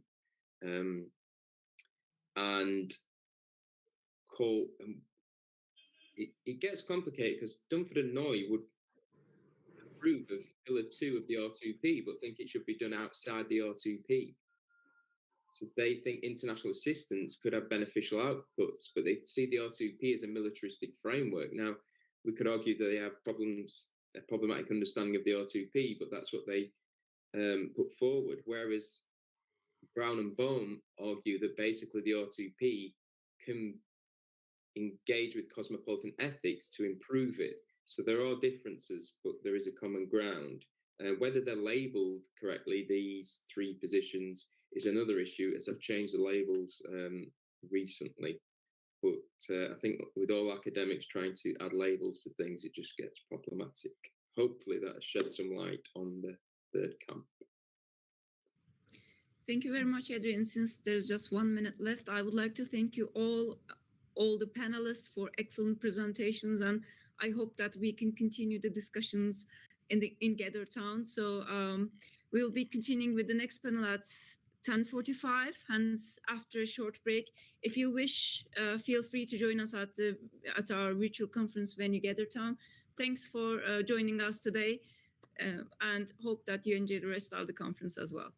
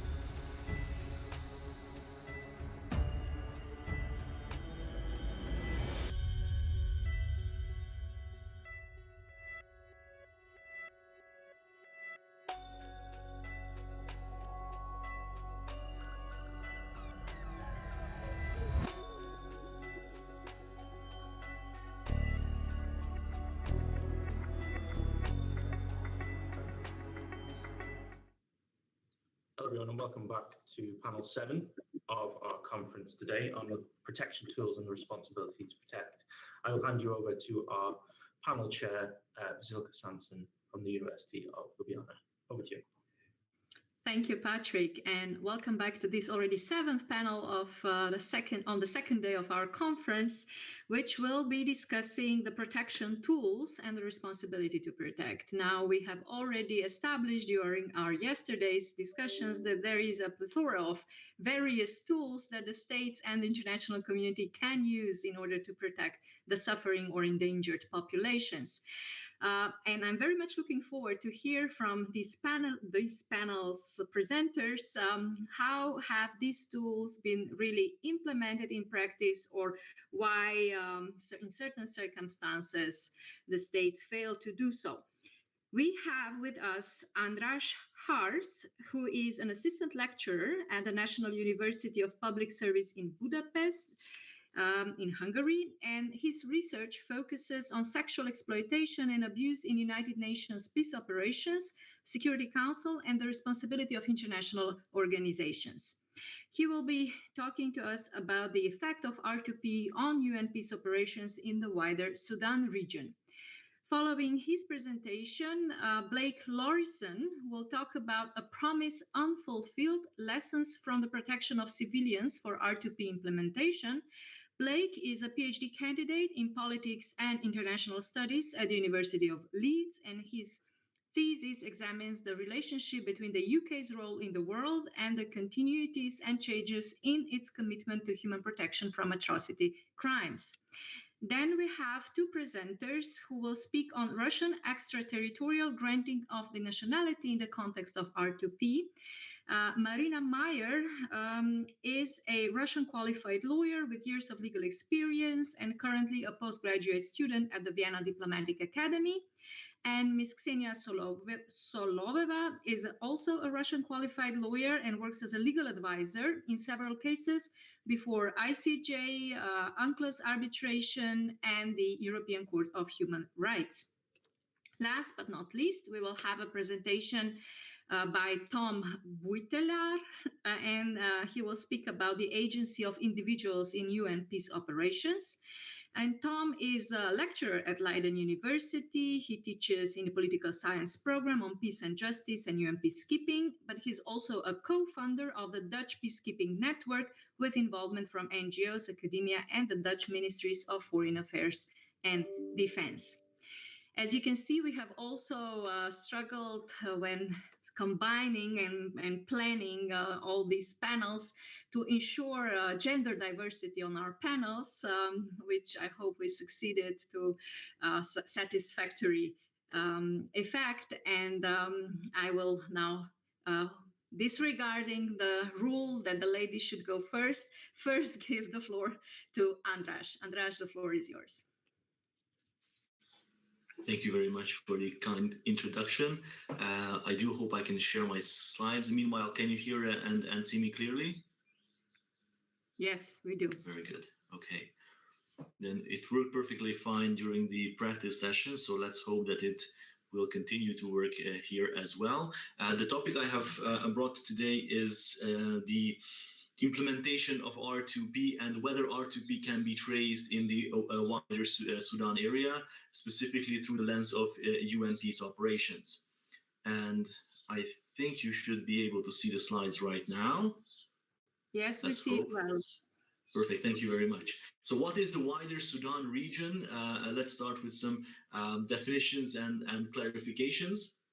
The wider Sudan region, at least in my understanding, is the former state of Sudan before the independence of South Sudan in 2011. And we have 3 distinctly different peace operations there, sponsored by the UN, and some of them, as we'll see, will be co-sponsored by the African Union. We have UNAMID in Darfur, we have UNISFA in the Abidjan region, and we have UNMISS in South Sudan. However, these are, well, let's say, answers to one specific problem on the international level, but these are three very different elements of the same problem. Why? Because in Darfur we have internally displaced persons, we have conflict prevention, we have possible crimes against humanity and war crimes, with some experts leaning towards whether there might have been cases of genocide in the region. In the Abjay region, we have a territorial dispute between states of Sudan and South Sudan. And in South Sudan, we have the third generation peace operation, a robust peace mission with the goal of strengthening the government there and in making sure that it functions as a stable government that is able to provide a lot of help to those involved. Now, why is this topic very fresh and new? As you can see, these operations have been launched in the early 2010s, so we have 10 years of experience in how they have worked. And the novelty of the topic is that the Darfur operation has closed in December 2020. We have an observer mission or a transitional operation since January 2021, and we can now evaluate what has happened in Darfur, and we can compare and contrast it with the other two operations that are taking place in the region. So when we're talking about R2P in a peacekeeping context, we also need to mention the protection of civilians, because as it has been established by several presenters also during this conference, the Security Council, namely several states, several permanent members of the Security Council, are reluctant to embrace the terminology of the R2P idea or the R2P principle. So we shouldn't look for specifically R2P based terminology in the mandates themselves, but we will see that these are based on Chapter 7 of the UN Charter. So technically these are binding on all states, and cooperation is almost compulsory, although in practice it is still going to be entirely voluntary. However, we'll see that even in these mandates, the first and second pillar of R2P is relied upon, it is quoted upon, so the responsibility of the state in question to protect its own citizens and the humanitarian assistance by the international community on states who are willing to receive it and enable access to humanitarian aid is maintained. It is purely the third pillar that is drawing the ire, the negative connotations from the opposing states. However, I would also argue that when the UN is trying to respond to a situation, it is not only peacekeeping that it applies, and within that peace operation, it is not only just human rights protection and the protection of civilians that can be linked to the concept of R2P. It is also the more and more frequent usage of diplomatic dispute resolution tools. It can be traced to using transitional and not exactly transitional justice mechanisms in the region. There have been several attempts, which I will mention later. And as a current trend, the wider involvement of stakeholders, let them be other international organizations such as the African Union or the European Union, or specialized agencies and programs of the UN, or they can even be NGOs, individuals who would be willing to donate to invest in the region. So these are the tendencies that are sprouting among peace operations more broadly, but specifically in the wider Sudan region. I will elaborate upon the actual wordings of the mandates, but I don't think it is a conference-worthy subject. It will be included in the paper afterwards. My takeaway from the wordings of the mandate, if we take a look at the three different mandates and how the annual renewal of the mandates have turned out, is that we see three very different scenarios. For the R2P concept, there was some foreshadowing back in 1999 how the UN felt responsible after the events of Rwanda and Srebrenica. And the first major UN Security Council resolution was the 1674 resolution of 2006, which has tried to link R2P with existing obligations in international humanitarian law and international criminal law as well. Not exactly mentioning human rights obligations, because those were also a bit conflicting and very hard to implement. So if we take a look at these three operations, we see that UNAMID in the Darfur region operated basically on the first and second pillars of R2P, meaning that they had characteristics reminiscent of a first generation of peace operation by monitoring existing peace agreements, but that can be said to all three of these operations. But they also emphasize the safe delivery of humanitarian assistance, and they have, over the course of the roughly 12 years that they have expanded the mandate, an ever widening competence given to the mission in the protection of the local inhabitants of the Darfur region. So in 2007, it was a very, let's say, narrow focused operation, which has gradually increased on how they envision the protection of civilians and human rights should be guaranteed in the region, with a specific focus on the prevention of mass atrocities. For the Abidjan region, it is a very specific operation in the way that it is focusing on a territorial dispute. It's more akin to a traditional first generation of peace operation, like we have seen in Cyprus between India and Pakistan, or the smaller Middle Eastern observer operation. However, they operate with roughly 4,000 personnel, roughly 4,200 peacekeeping personnel, which is a very large amount. So how can we justify having so many peacekeepers just to monitor agreements? We cannot. They have additional tasks of strengthening local competencies, providing safety and security. So they are focusing on the second pillar of R2P in the region. What about South Sudan? There we see the broadest competencies of all of the operations. They are there to rebuild, or basically to, since this is the newest of the states, they are helping South Sudan to be recreated, to be strengthened domestically, so the state can provide safety and security to its own personnel. This includes not just the protection of civilians, but protection from sexual and gender-based violence, refugee protection clauses, and so on. So the all of the UN Security Council mandates that we have seen here have very broad, very large competencies, and this is the clearest example where R2P norms can be traced.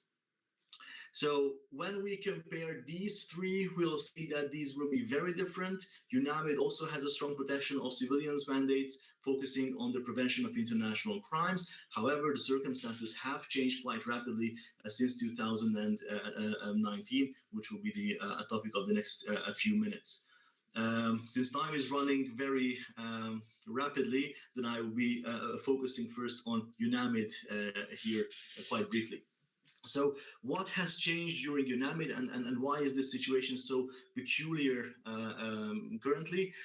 We had a peace agreement, so we had a change of regime in 2019 when the al-Bashir regime has been toppled by a movement, by a revolution, and then we have a transitional period from 2019 onwards, even after 2 years later. However, there was a peace agreement that settled the situation in the Darfur region, which was adopted in September 2020. And that peace agreement also meant that the mandate of UNAMID was not going to be renewed. And this was quite peculiar because previous practice, as we have seen in Haiti, in Liberia, in Côte d'Ivoire, meant that after the adoption of a peace agreement, after the situation has changed for the better, peacekeepers usually stay there for 2 whole election cycles, meaning around 10 to 12 years. Here we have seen that a few months later, they have decided to leave, and the host state, being Sudan, was not exactly keen on making sure that they stay in the region.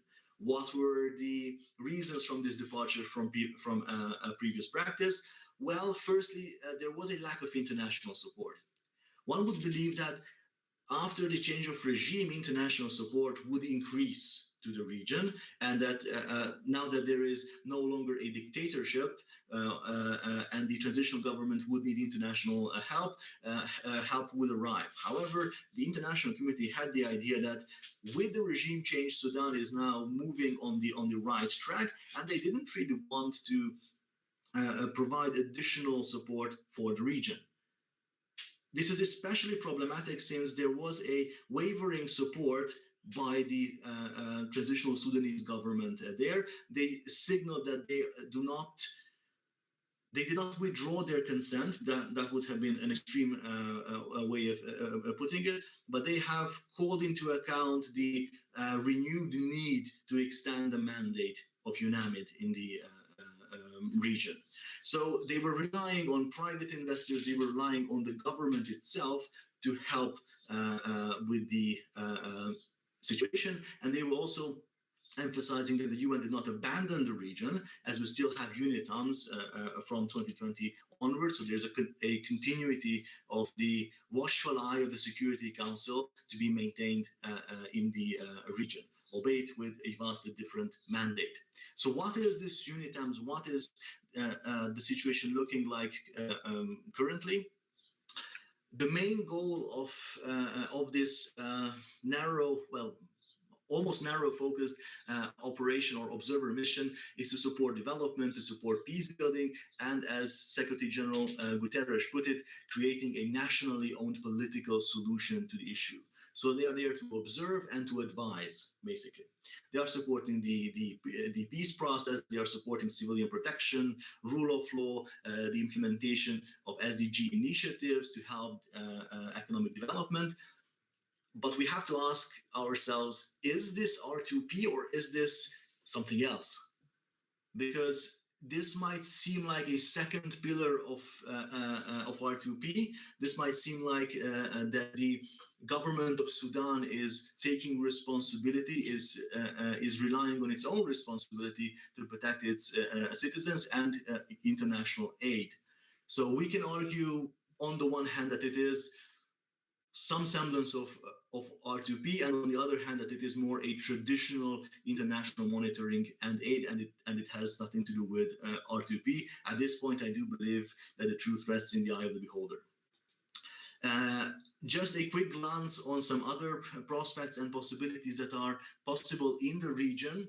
I do believe that R2P does not need to solely be focused on military intervention, but also besides peacekeeping and besides traditional peace operations, we have justice mechanisms that could be put in place in the region. However, all three possibilities are problematic in the wider Sudan region. We have an ongoing procedure before the ICC in the case of Omar al-Bashir, who is currently detained in the northern parts of Khartoum. However, the transitional government is not exactly keen on handing him over to The Hague. So even though we have an arrest warrant against him, it is right now seemingly unlikely that he will ever be transported into The Hague, although there were some declarations by the government that negotiations in this regard are underway. However, according to some sources, he is held in under some very bad circumstances, and he is 77. So time is not exactly working in favor of international justice mechanisms. The second possibility is whether we can have some domestic procedures inside Sudan. One of the main problems here is that in the transitional government, the representatives of the army are also present, meaning that since they were working closely together with al-Bashir during the events of the 2000s in Darfur, they are not interested in an independent investigation to the region. The third situation regarding South Sudan, several NGOs have pushed for a creation of a hybrid court or a hybrid tribunal in the region, which would have, as you can see from the picture, several benefits.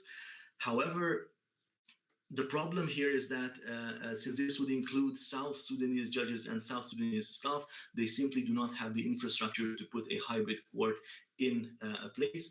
Furthermore, the government of South Sudan does not seem to be interested in the establishment of a hybrid court, but I think there will be a specifically designated section on the international justice mechanisms this afternoon, so I will try to reserve my own questions for them.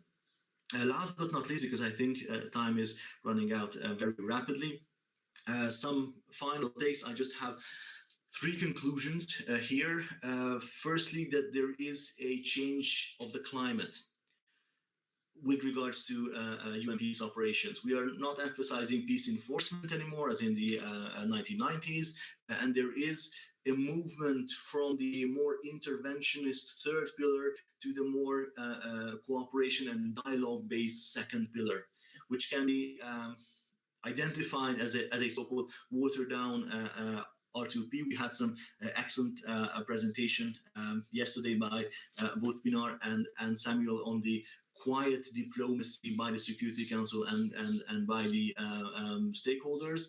I would argue that on the one hand, it can be categorized as a more fluid approach, or we can simply admit to the fact that the more interventionist nature of R2P got so many rejections from the international community that the first 2 pillars are the ones that survived this ordeal, and the current international climate is favoring these 2 pillars and the implementation of these 2 pillars.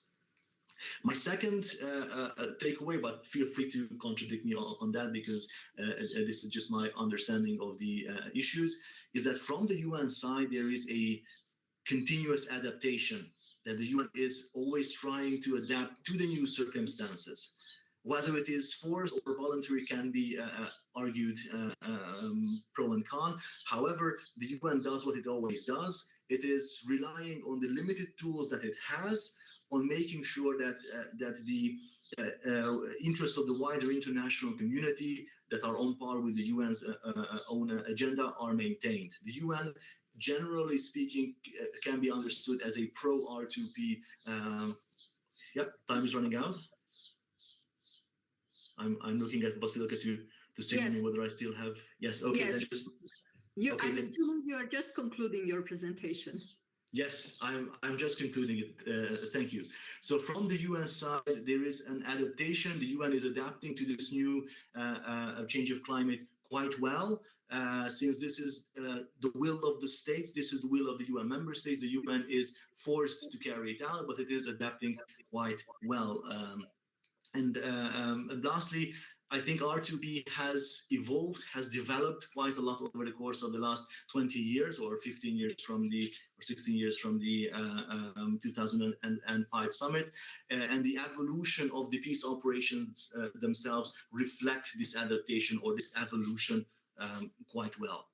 We do not know, of course, where the road will lead us. The wider Sudan region is still a bit in movement. The relations there are quite fluid, but we will see how the UN can react to these new challenges later on. Thank you very much, and sorry if I have extended my time frame. Thank you very much, András, and thank you for being so mindful of the time. You have wonderfully set the scene for now Blake to continue. So Blake, you may take the screen. Thank you very much for the introduction. Hopefully you can all hear me okay. I'm just waiting for the slides to share. So hopefully that will happen soon. Just seeing where they are. Still loading. I suppose this is technology for you. While it's loading, I just want to thank you for the opportunity to present my paper. It's been a really insightful and fascinating conference so far, and it's really drawn attention to the challenges faced in the practice of the responsibility to protect, and the excellent scholarship that, of course, is being written in the field. So the paper that I'm going to present today is very much still work in progress. So I very much welcome your thoughts, your comments, any potential critiques or limitations in order to improve the paper. I'm still waiting for it to load. I don't know where it is. See.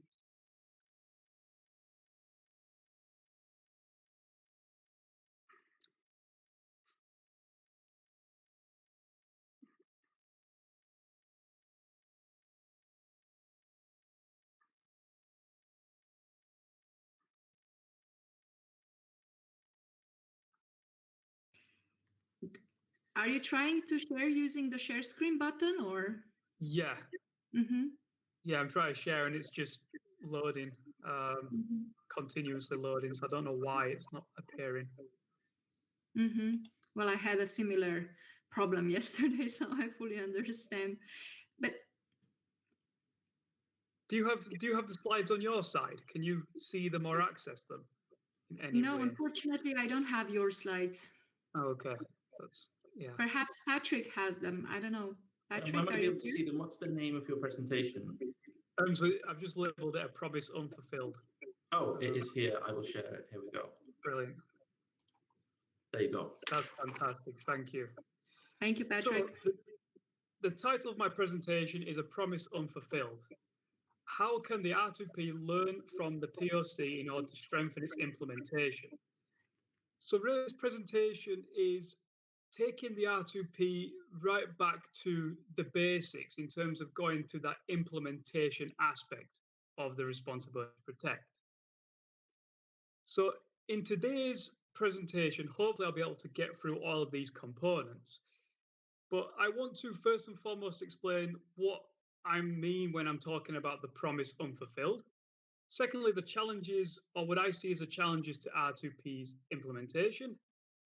I want to introduce the POC, so the Protection of Civilians in Armed Conflict, the relationship between the R2P and the Protection of Civilians, because as you will see in the conference so far, there are some important overlaps between these two norms. And then I'm going to look at 3 different ways in which the R2P could potentially learn from the protection of civilians in relation to language, practice, and strategy. So without further ado, I want to move on to this idea of R2P as a promise unfulfilled. This was first proposed by Alex Bellamy on the 15th anniversary of the R2P. So in the article, he basically outlines 4 key areas in which we have failed. And I believe his interpretation of we is the international community as a whole, or that's at least my interpretation. So there's 4 aspects of this failure. The first of these is a failure to protect populations from atrocity crimes. So the very basis of what the responsibility to protect is about. So Alex Bellamy uses the example of Syria and the shelling in Damascus suburbs in August 2013, as well as the use of chemical weapons attacks, to highlight the fact that the population at large were not protected and no one has yet been prosecuted for this atrocity crime or atrocity crimes. And then secondly, we have a failure to prevent atrocity crimes. So we see a lot of rhetorical support, so to speak, from governments, from international community, from organizations. But the argument here is that there has still been that failure to prevent mass atrocity crimes. An example used here is the violence in Rakhine State in Myanmar in 2017. And again, presentations so far in the conference have drawn attention to this case. And thirdly, we have the culture of impunity, an international criminal court. So the example used in the article is that the ICC has been prevented from investigating atrocities in Syria because we have the broader politics ongoing in relation to Syria crisis, in relation to the P3, for example, of the Security Council, the UK, France, the United States, and the P2 in the form of China and Russia. And then we also have a failure to care for victims of atrocity crimes. So in terms of victims being denied justice, we still have camps, displacement, refugees. So where is that protection, so to speak? So for me, I use this as my departure point for highlighting the issues and the challenges that we have with R2P's implementation. And I am highlighting this within the context of a global crisis of protection, again, that Bellamy outlines. And if you look at the Global Centre for the Responsibility to Protect website, you will see that there's 18 populations at risk of mass atrocity crimes or situations in which atrocity crimes are being committed.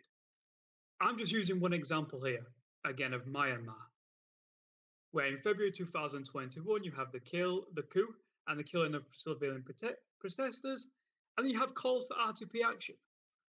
And Simon Adams drew attention to this in his keynote speech yesterday about how protesters were highlighting that we need R2P and hashtag welcome R2P. And for me, when I saw this messaging, I was immediately drawn to the fact of we now have expectations. We have expectations that the R2P is going to do something in order to protect this population from mass atrocities. But then in reality, what are we seeing in Myanmar that is R2P action? Was the R2P implemented? And what are the challenges for implementation? Because from my perspective, there are certain ways that we can implement the R2P in Myanmar, of course, but the type of language that you are seeing in terms of we need R2P and welcome R2P, are we seeing that happening? Is it just dialogue at the international level, resolutions that immediately are vetoed or don't lead to any concrete forms of action? So again, I'm highlighting here, I don't know why the slides are just moving, but they are. Can R2P learn from other norms? Because I'm seeing that the R2P really is struggling in terms of implementation side of things. And I identify 3 different aspects in terms of the challenges of R2P implementation. Again, some of you may dispute this. You might believe there are more challenges. This is just for purposes of the presentation today. I highlight the conceptual challenges. So how do we know what is an R2P? Do we need to use R2P language in order for it to be considered an R2P action? Or is it just the 4 atrocity crimes, for instance? So what are the conceptual challenges and how do we overcome them? These institutional challenges. So, for example, the UN Security Council, the power politics, the veto powers.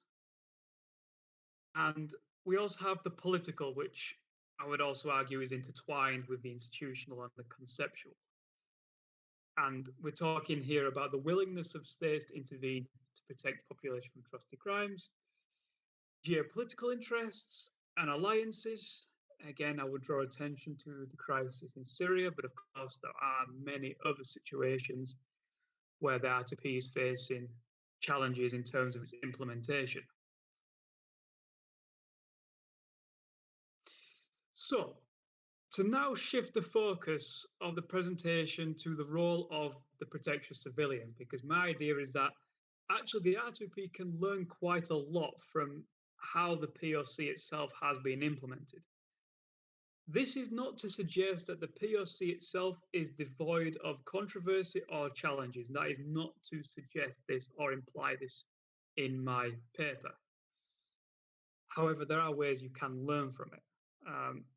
The immediate challenge of the POC is that it's difficult to precisely define, beyond the idea that it is related to protection of civilians in situations of armed conflict. So because of this difficulty in definition, I draw attention to the focus on practice. And the practice itself is in relation to UN peacekeeping and implementation on the ground. So we see 2 quotations here. First of which is from de Koning, which suggests that no other goal more clearly captures the ethos of what UN peacekeeping should be about than the protection of civilians. And the second from David Curran, which is that POC is developed from an implied goal to a fundamental pillar of mission mandates. So I'm comparing to the R2P here in the sense that the POC has in general had quite a clear road to implementation, which has been primarily through UN peacekeeping, including peacekeeping mandates, including POC strategies on the ground. Of course, the UN peacekeeping is only one particular aspect of the protection of civilians and the same for the responsibility to protect. I'm using this as a case study of sorts.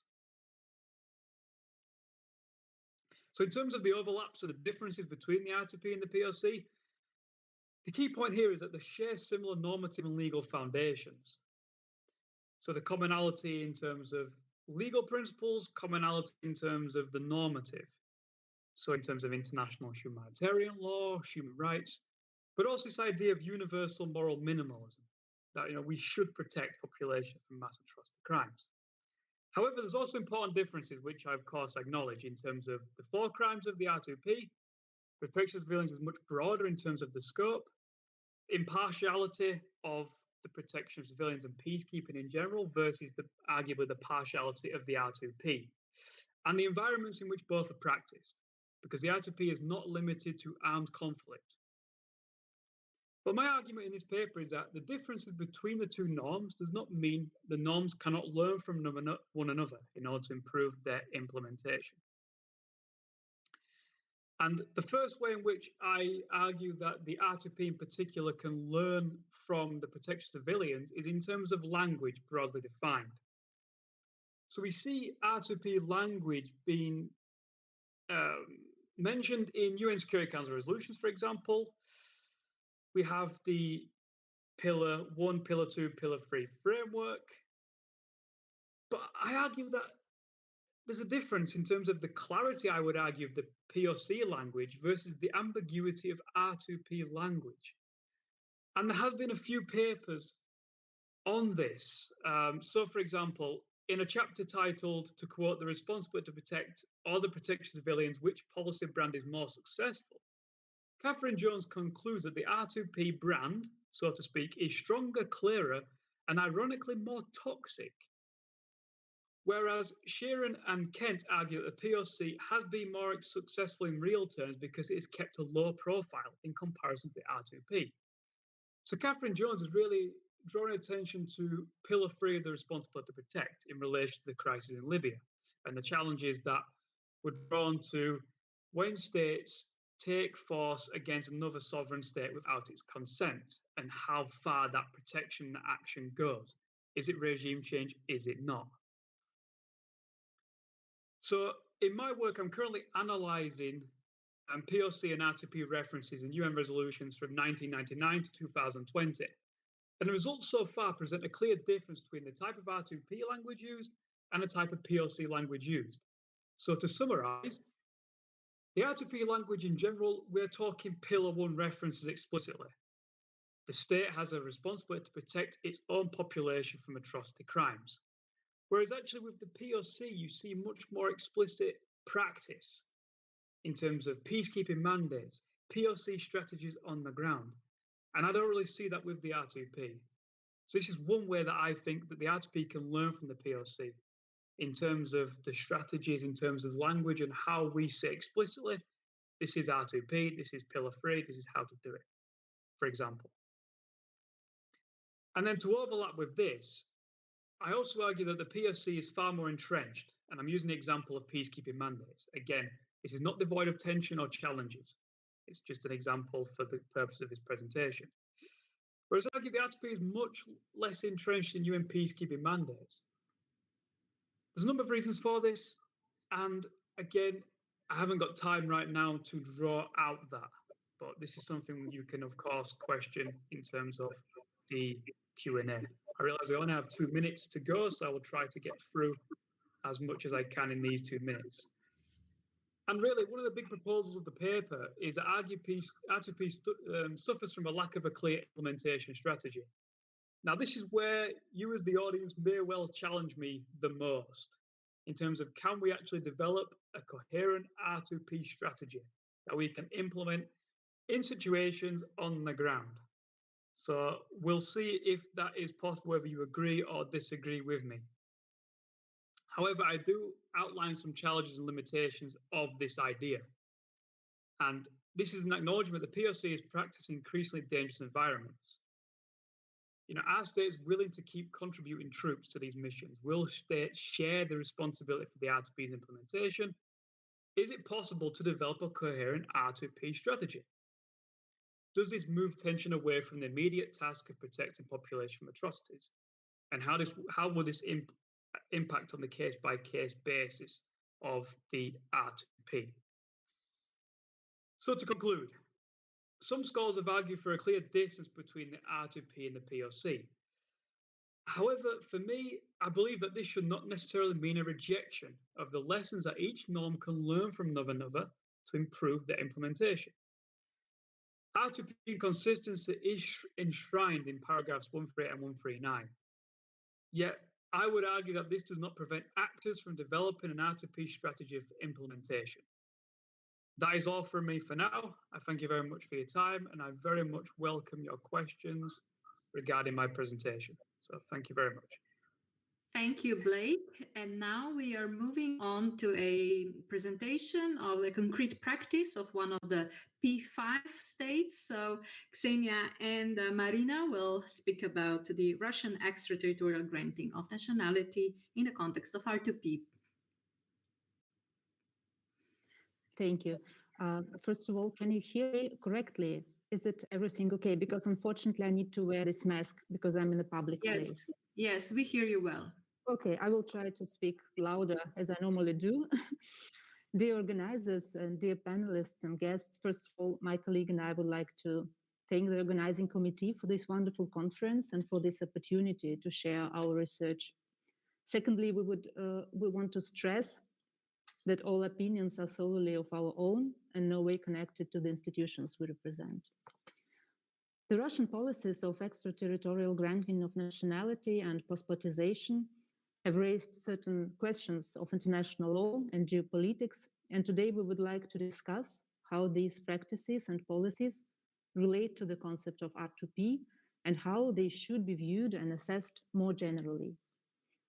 Are they a Russian version of R2P in the sense of being ultimately concerned with similar considerations of protection, or did Russia develop these policies with the specific intent of undermining R2P, or they merely influence R2P in a negative way, but mostly indirectly?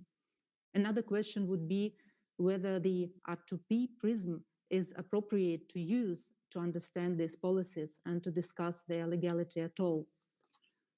The starting point for our discussion is Russia's changed and now negative position towards R2P, expressed in application of veto and use of very negative rhetoric on R2P, and substitution of this concept by the doctrine of protection of nationals abroad. The example of such replacement was the situation in South Ossetia and to some extent in Crimea, although prior distribution of passports played an important role only in the first case. This leads us to the second and main point of our presentation, the extraterritorial granting of nationality as a standalone policy. As such, as can be traced historically and will be briefly mentioned, it grew into a part of Russian foreign policy towards neighboring states, which offers to some extent, arguably, broader protection than the concept of R2P. It is known that Russia moved from reserved endorsement of the concept of R2P in 2005 to becoming a, I quote, loud dissenter, end quote, in the recent years. Russia's official position with regard to R2P remains controversial, and the significant change of attitude can be traced after 2011, as we all know, especially in the Russia's official rhetoric, which has become more aggressive. Excuse me.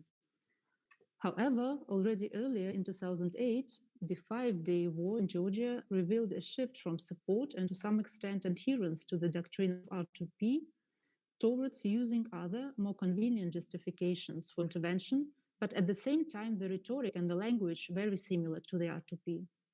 The legal basis chosen by the Russian government to justify the use of force in Georgia was acting on the basis of national constitutional law, protection of nationals abroad doctrine. In the general context of the Russian foreign policy strategy, it might be assumed that Russia tends to substitute the R2P with the doctrine of protection of nationals abroad to the extent possible and implement it in the cases when military intervention needs justifications under international law. The doctrine was not invoked immediately. Russia referred to a variety of justifications, such as prevention of genocide, protection of its own peacekeepers, acting on invitation, and also using non-legal justifications, such as protection of Caucasian peoples as a historical responsibility of Russia. Here, some kind of imperialistic approach to atrocity prevention can be seen. The limitation of the potential Russian military interventions were prescribed by the presence of the Russian nationals in the area of intervention. And in this regard, the issue of prior issuance of passports played a decisive role. Extraterritorial conferrals of nationality turned out to be bigger than just a precondition for application of the doctrine for justification of the use of force alternative to R2P. Passportization itself grew into an important foreign policy after the dissolution of the Soviet Union. In this regard, we need to look at the concept more closely. Per se, extraterritorial granting of nationality is not prohibited under international law. However, we should make a differentiation between the cases where citizenship was acquired because of the very liberal Russian legislation on citizenship of 1991. In these cases, passportization can be considered as creeping. And on the other hand, the cases where special treatment of certain groups and simplified procedures, such as mobile offices in the neighboring country, as well as an active offer of nationality, were present, which might be considered as violations of principles of good neighborliness and non-interference. And my colleague will elaborate on these categories more closely and precisely in her part. The policy of passportization in general, if we can define it as an umbrella policy, is also double-sided. On the one hand, it can be invoked to destabilize the affected neighboring regions, can be also seen as support of separatist movements in cases where the members of the specific group do not want to be nationals of the state on which territory they live, and also can contribute to the creation of some kind of buffer zones. However, on the other hand, from a perspective of ordinary people, the policy creates a certain way out in critical situations. Together with nationality, people receive some social benefits and also avoid statelessness. However, it is not that straightforward in these situations. Even in cases where reintegration of a breakaway region is challenging, distribution of passports on the territory of the neighboring state is not an appropriate measure. When talking about passportizations, a free will of an individual and voluntary application in the majority of cases should also not be disregarded. So we can say that the policy can't be implemented purely top-down. Taking all these factors into consideration, it should be also mentioned that the application of the policy varies depending on the situation. And some kind of progressive development can be already traced if we compare the way how citizenship was acquired in the 90s in South Ossetia and now in the Donbas region. So multiple differences can be mentioned in this regard. A specialized simplified procedures in Donbas versus general law in South Ossetia, compact and well-planned procedure in Donbas versus creeping passportization. Statistical transparency is different, and also the presence of active offer is present in Donbas and not in South Ossetia. And I see my time has come to an end, and at this stage I would like to pass the floor to my colleague Ksenia. Thank you. Thank you very much, Marina. Can you hear me well? Yes, yes, please proceed. Thank you. Good afternoon, and I would like to continue on specific instances of the development of the passportization policy. And first of all, in the situation of South Ossetia, it is frequently stated that extraterritorial granting of nationality was an act of distribution of passports en masse with an active offer to a specific pool of people and with an intent to use force. In particular, it is claimed that the doctrine that passportization occurred a couple of years prior to the conflict in 2008, specifically to use the doctrine of protections of nationals abroad. However, since there are no statistical and evidential support provided for such allegations, it would be more prudent to consider that by Russia's tolerance of creeping passportization, she used the outcome to justify its use of force afterwards without prior intended plan to do so. It should be stressed that in any event, protection of own nationals doctrine is used as a justification is a very limited exception in international law and is accepted when it effectively concerns evacuation. Thus, deliberate policy of passportization intended for justification of the use of force under contested doctrine is subject to some difficulties. After the use of force in Georgia, the concept of foreign policy of the Russian Federation was approved in 2008, and it identified one of the goals of Russian foreign policy, a comprehensive protection of rights and legitimate interests of Russian citizens and compatriots living abroad. Interestingly, in 2016, just several years before the next example of Donbas region in Ukraine took place, the new concept was adopted and it used another wording.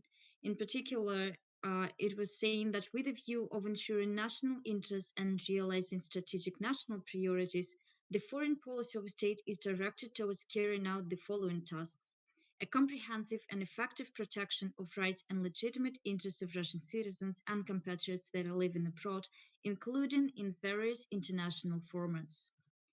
It seems that the Georgian case, in fact, gave an impulse to relying on citizens and compatriots living abroad in pursuit of the state's foreign policy's interest. However, the concept of Russian foreign policy was careful in its wording without direct reference towards tolerance of possible justifications of the use of force. Turning from Georgian situation to the situation of Donbas region in Ukraine, it presents a more difficult form of extraterritorial granting of nationality, which specifically aimed at creating its own nationals, however, without further use of force. With regard to Donbas, on 27 December 2018, the new amendments were introduced in the citizenship law through the new federal law, and it added an unprecedented provision which allowed the President of Russia, for humanitarian purposes, to determine the categories of foreign citizens and stateless persons which have the right to file application on conferment of nationality in a simplified procedure. Little time passed before the first categories were determined, and on 24th April 2018, so around 4 months after the amendments to the citizenship law, the decree of the President of Russia was passed, which explicitly allowed extraterritorial naturalization for people on the territories of Donetsk and Lugansk regions of Ukraine without permanent or temporary residence in Russia. According to the latest data announced by Russian officials, by February 2021, the total number of distributed passports reached 639,000.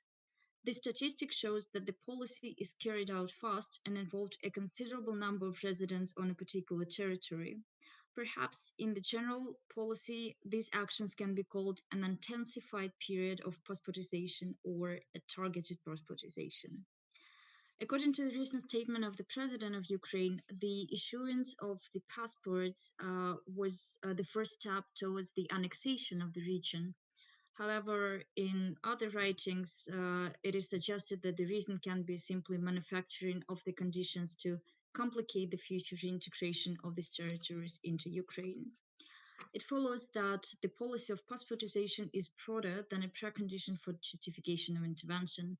The argument that is often made is that Russia has overarching aim to destabilize the neighboring regions.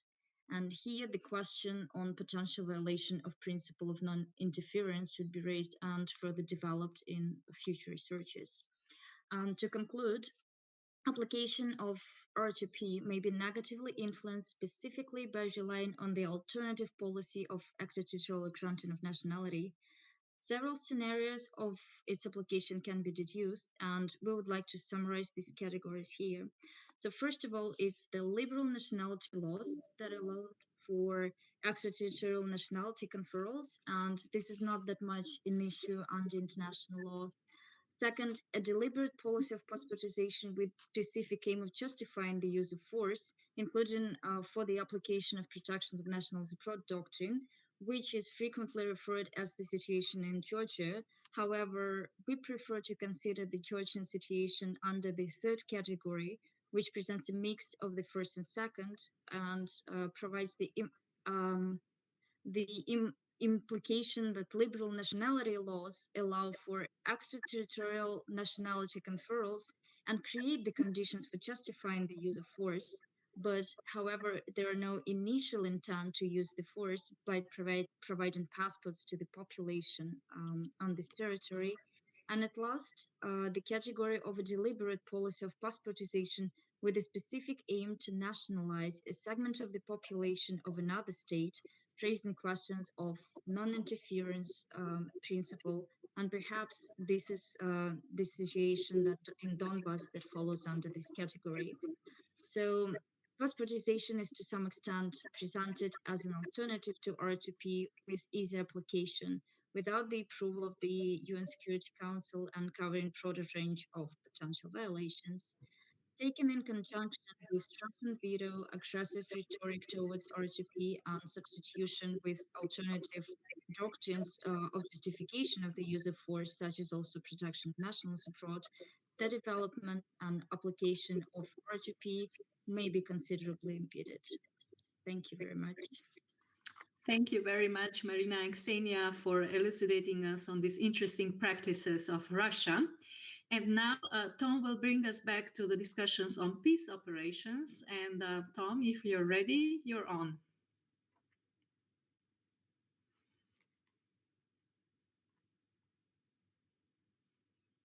Tom? Thank you. Thanks. I'm just going to share my screen, but apparently I can turn on my microphone while sharing my screen. So 1 second.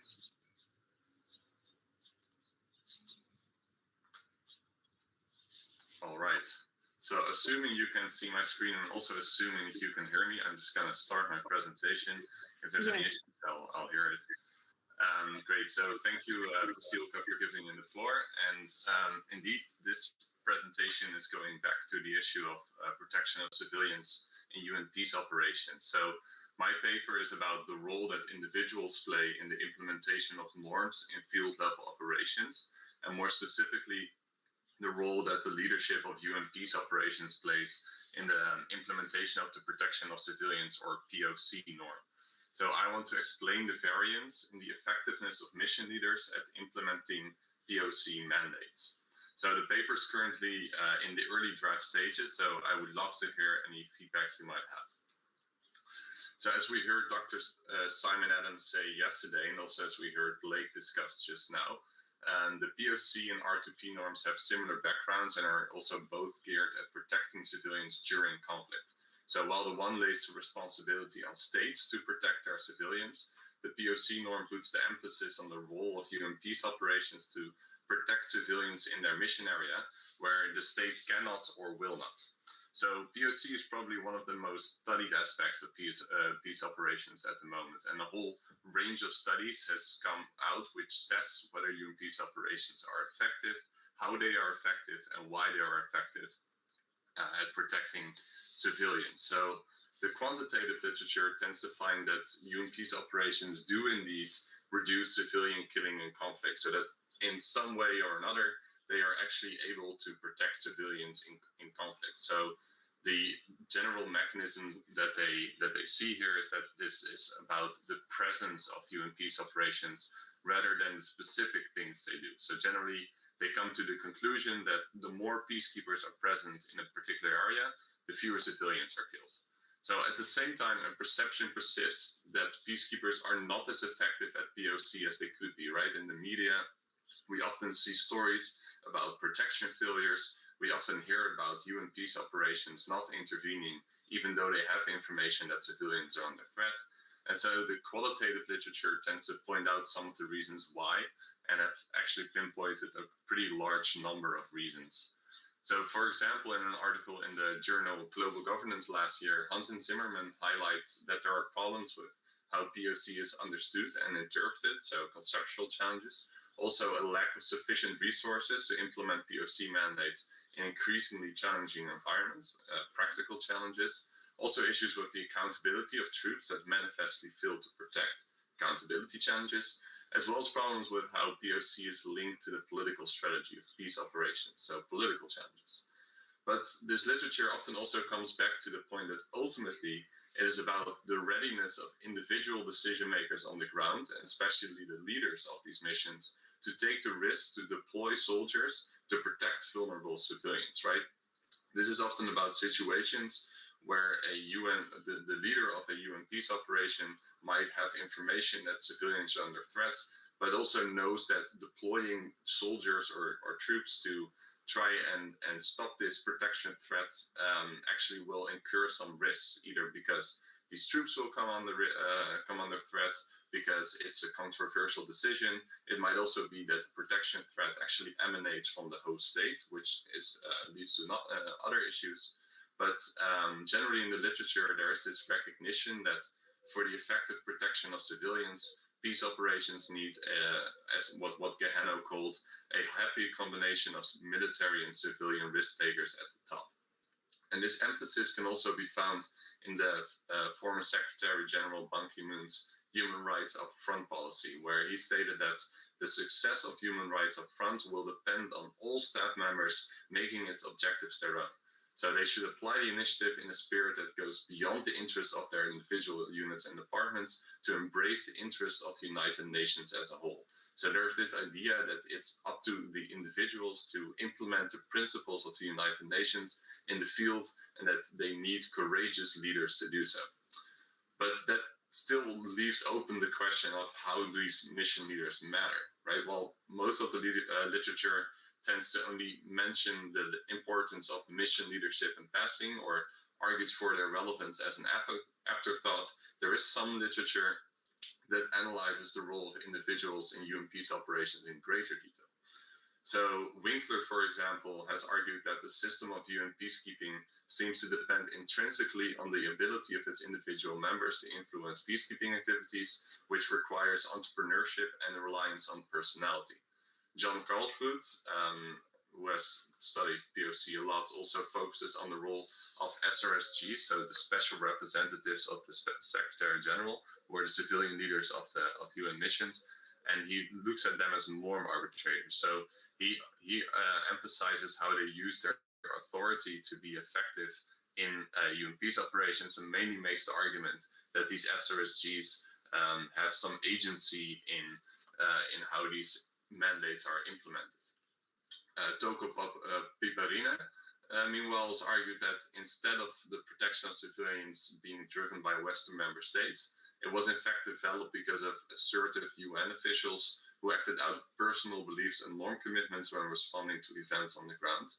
So obviously this is a somewhat shortened list, but to be honest, I didn't find that many more contributions in the literature.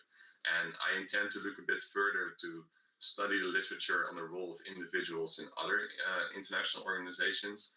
But what I found so far is that the current literature tends to really focus on how these mission leaders are effective, instead of whether there is variance in the effectiveness of mission leaders, which is what my paper focuses on.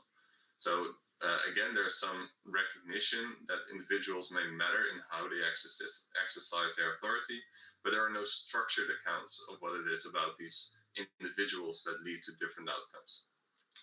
So actually what I want to do in my paper is to build on a recent article, and I can't pronounce his last name, I'm very sorry, Kursmarich, something like that, Nelson and Roberts, which reviews the personal biography approach in political science literature to propose a number of ways in which mission leaders may differ, and how this may affect their effectiveness at protecting civilians.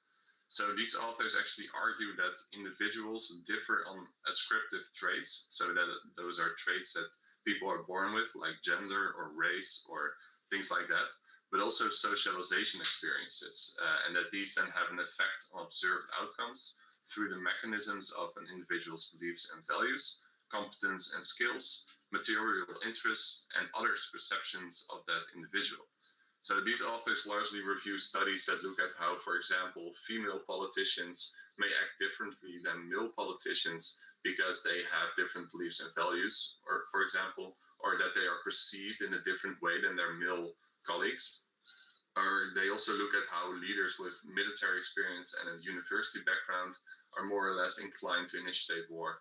But I want to propose to use this approach to study differences between mission leaders and how this affects their effectiveness at protecting civilians.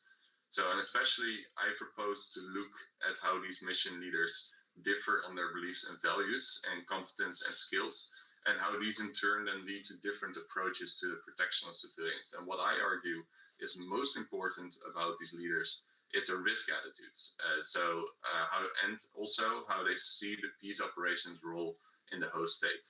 So the first independent variable is their risk aversity or the risk attitude.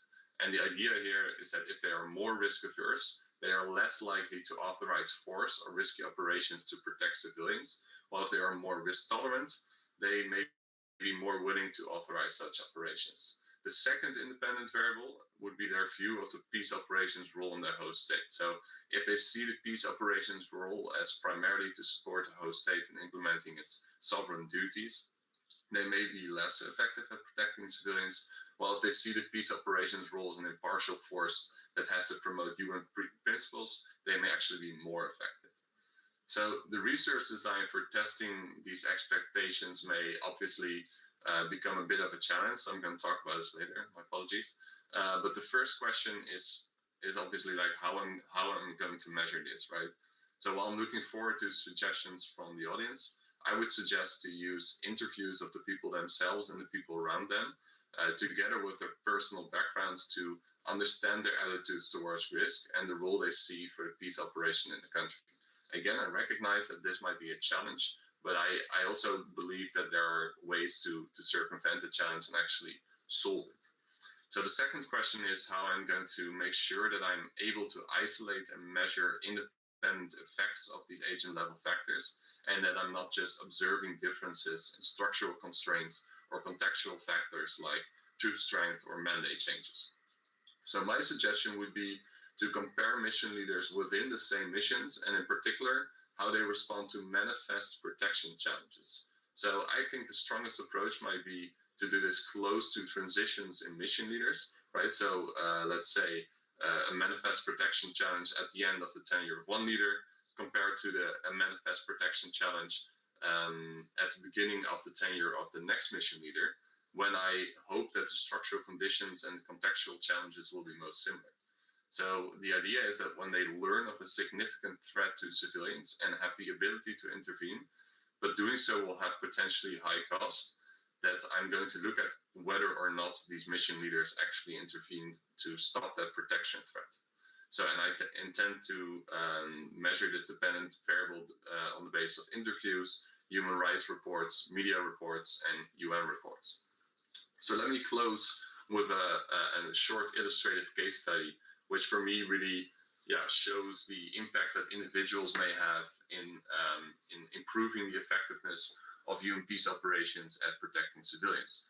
And that's comparing the force commanders in the UN mission in Congo's Eastern Division, Patrick Kamart, who was present between 2005 and 2007, and Bikram Singh, an Indian general who was present between 2007 and 2008. So this will be a very short case study. I hope to be able to finish in time. I just want to mention a few things, right? So Patrick Kamart was a Dutch general with a background in UN peace operations. He is still active actually in that field. And he also had like a proven track record of being an assertive force commander who did not pull any punches. So multiple sources speak of him being risk tolerant, of emphasizing the importance of the UN living up to its principles to protect civilians. And in Congo, this really manifested in a consistently assertive and proactive approach to protection threats.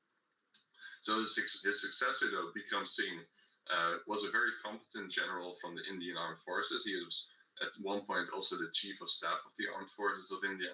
But his background was much less auspicious when it came to using force proactively or to being assertive and to playing a very active role in protecting civilians. And his appointment seemed to be more a step in his career than part of a longer background of operating in UN peace operations. And notably, in his tenure as commander of MONUC's Eastern Division, the UN really significantly reduced assertive operations and was much less proactive and also less reactive, actually, in his willingness to act against protection threats.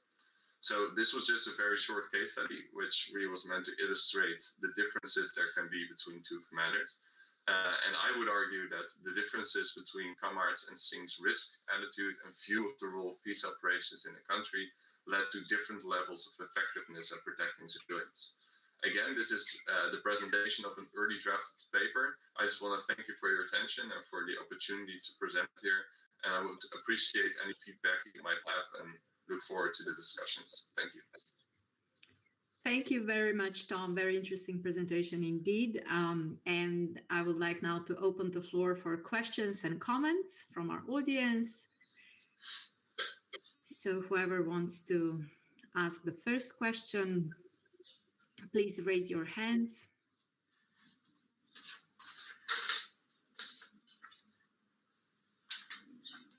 I don't see any hands raised, but perhaps there's something wrong with the system again. I see András. András wants to ask a question. Go ahead, András. Thank you very much. My question is both a question and this guy's comment to Tom's presentation. I think his topic is wonderful and unique.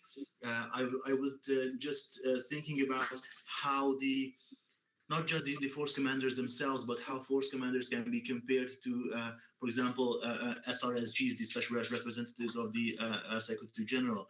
Namely, because in several cases, especially in the African context, we see several Latin American force commanders who have a very positive track record, like Dos Santos Cruz, whereas we have Secretary General, special representatives of the Secretary General, such as Mr. Babacar Gaye, who has been fired for not handling sexual exploitation and abuse cases, not giving them as much emphasis as it was needed.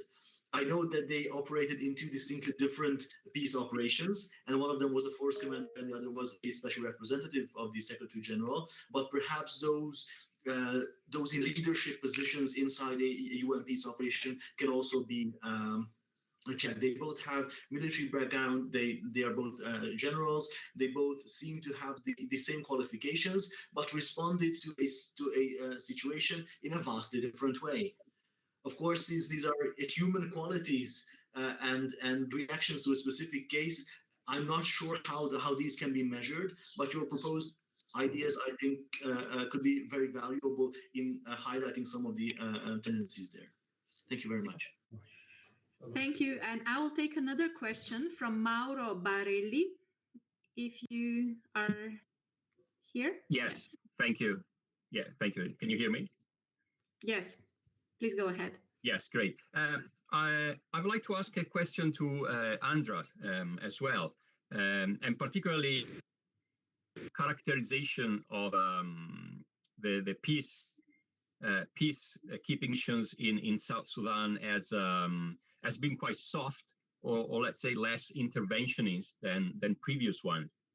And I wanted to ask if you could say a bit more about what you mean by that. Softer and less, let's say, interventionist than other missions. I'm asking this is because the UNMISS, so at least UNMISS, so the peace mission in South Sudan, as opposed to the one in Darfur, was pretty much established, or at least part of the mission were established without really the consent of the government of South Sudan. So seen from this perspective, I would tend to say that this was quite an intervention mission because it went against the will of the host state.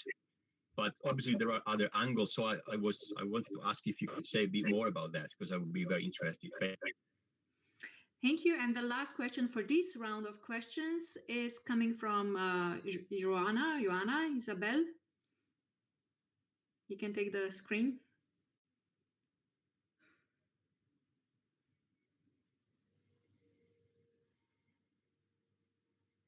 Joanna, we can't hear you.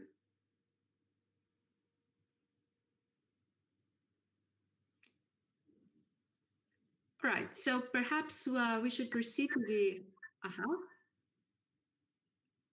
Joanna, are you there? Yes, hello? Yes, we hear you now. You can pose your question. Oh, okay, right. Okay, I'm sorry. I seem to always have problems in the beginning for you to see me and to hear me. So you can hear me now? Okay. Yes, we hear you. No camera is needed. Just ask the question. That's fine. Okay. Okay. So I'd like to ask two questions to the speaker number 3 regarding Russia and R2P. So I'd like to know in what way did Russia related the military intervention in Georgia with R2P back in 2008? And in what way has it been opposed to R2P in the latest years? Because the speaker said that first in 2005, of course, it's support R2P, but in the recent years, lately, it has opposed R2P. So that's my question. Thank you very much. Thank you very much. And now I give the floor to the panelists, whoever wants to go first. Perhaps ANDRÁS or Tom, whoever. Maybe just in the order of the panel or something. So if ANDRÁS wants to go first, that's fine with me. Yeah, Tom, you are on, so just go ahead. Yeah, all right. Well, thanks, ANDRÁS, for the question. So you are right. There are obviously also the SRSGs. You can also think about the deputy SRSGs, but maybe even the directors of the Human Rights Unit that might have a relevance in this whole context. And actually, the example you mentioned is pretty interesting because Babasar Guy was the force commander in Monak at the time that Patrick Kamart was and Bikram Singh were the force commanders in the east of that mission. So my challenge at the moment is trying to think about the methodology and the whole how these different leaders might obviously they interact to produce outcomes, and there's this discussion between the different leaders of a mission that ultimately produce outcomes and produce decisions about whether or not and how to protect civilians. And so definitely thank you for that comment. I'm just still trying to figure out how to integrate this entire complex reality into a theoretical framework that makes sense, but also in a way that can be measured and can be put into a sufficient methodology to make any kind of inferences about the actual effectiveness of these individuals. But thank you for the suggestion. I'm definitely going to take that on board. Thank you, Tom. ANDRÁS, you're on now. Thank you. If I just can have some feedback regarding Tom's comments. Throughout your presentation, I was feeling that this topic is worthy of a complete book. Not just one specific paper, because there are so many factors to consider while you are analyzing it that I have my doubts whether you can cram everything into one specific paper. So for a long-term research, I think this would be very valuable. And if I can just answer to Mauro's question, perhaps it would have been beneficial for me to clarify what I mean by interventionist before I made my assessment. You can either interpret interventionist as an attitude in peace operations as a mission that operates without the consent of the host state, or that was established without the consent of the host state, or more specifically, all the parties involved. Or in this understanding and how I understood it is that an interventionist operation is that it intervenes in the domestic affairs of the state, often without consulting with the local authorities first. And in this understanding, I think the extreme examples are of course, Somalia and perhaps the DRC, where the interventionist attitude, in the sense that it has operated without the consent of either the government or the host state, have been very pragmatic. In my understanding, the operation in the South Sudan is more akin to Kosovo, for instance, where without international support, functioning as almost a lifeline, the state would not be able to function properly.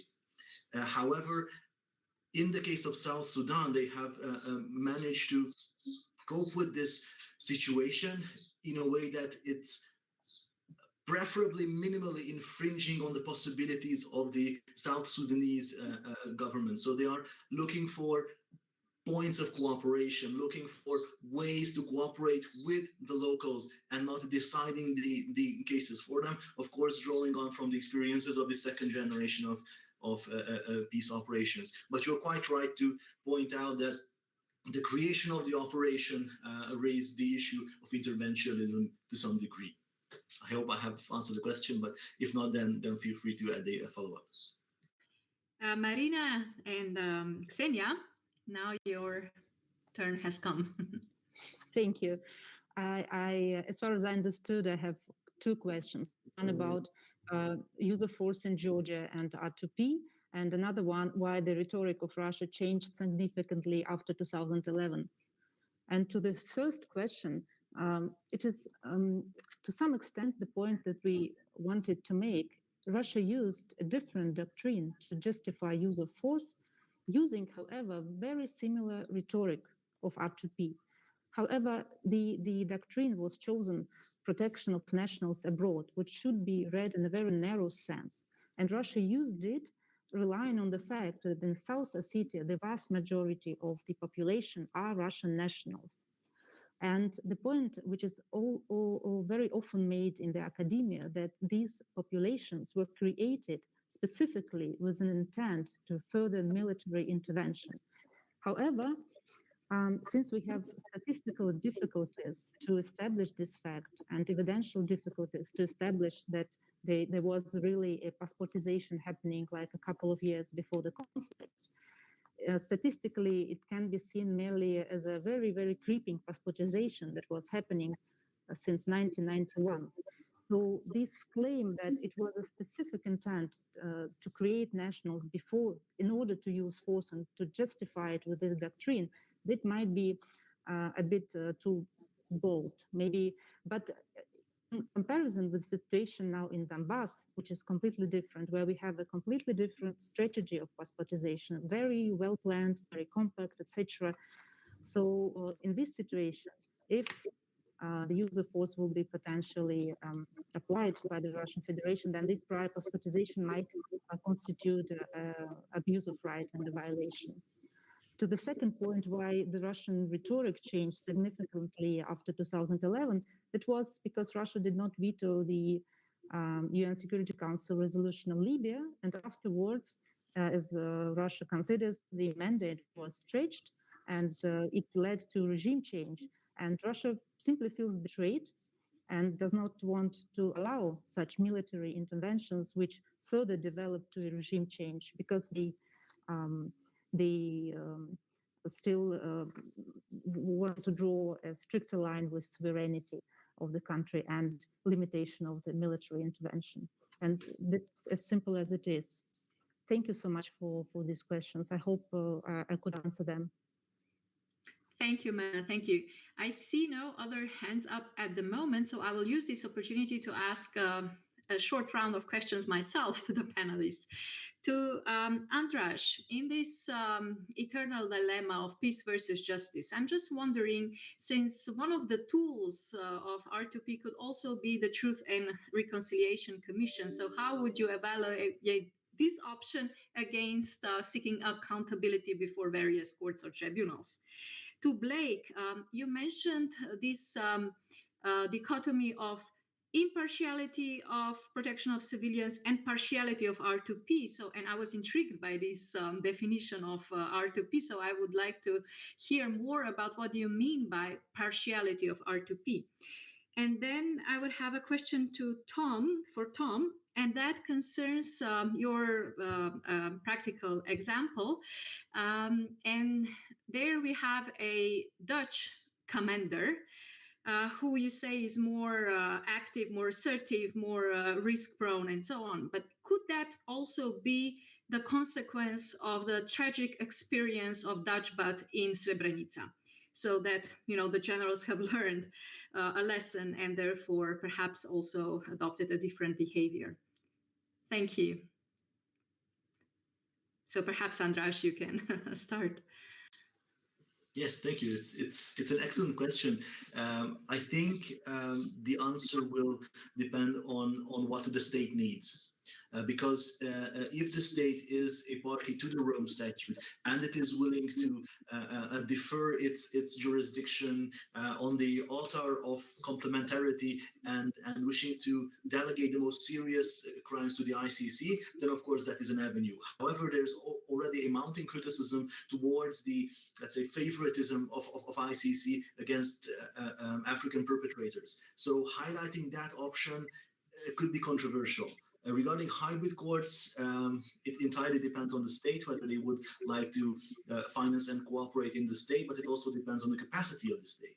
And regarding the transitional justice mechanisms like truth and reconciliation commissions, I think it depends on the nature of acts that have been committed and the amount of these acts that have been perpetrated in the territory. Because as I think all of us know, if there are loads of perpetrators and the justice system inside the country is of course inadequate, like we have seen in Rwanda and in South Africa, then that could be a valid tool. But it will be ultimately the decision of the government. Hopefully, they will consult with the UN and build on existing best practices in this regard. There have also been ideas of the so-called tri-hybrid justice mechanisms, which were specifically designed to curb the abuse or to prosecute perpetrators of sexual exploitation and abuse inside UN peace operations. Those are also suggestions by the academia. Those have not been realized due to obvious reasons, mainly the lack of political will by the states. So I think transitional justice mechanisms could be a valid tool if there is a request by the state and if they would turn to the UN for some help. Blake? Yeah, great question. I suppose a small caveat there is that I was referencing that in relation to the implementation of the POC in peacekeeping operations.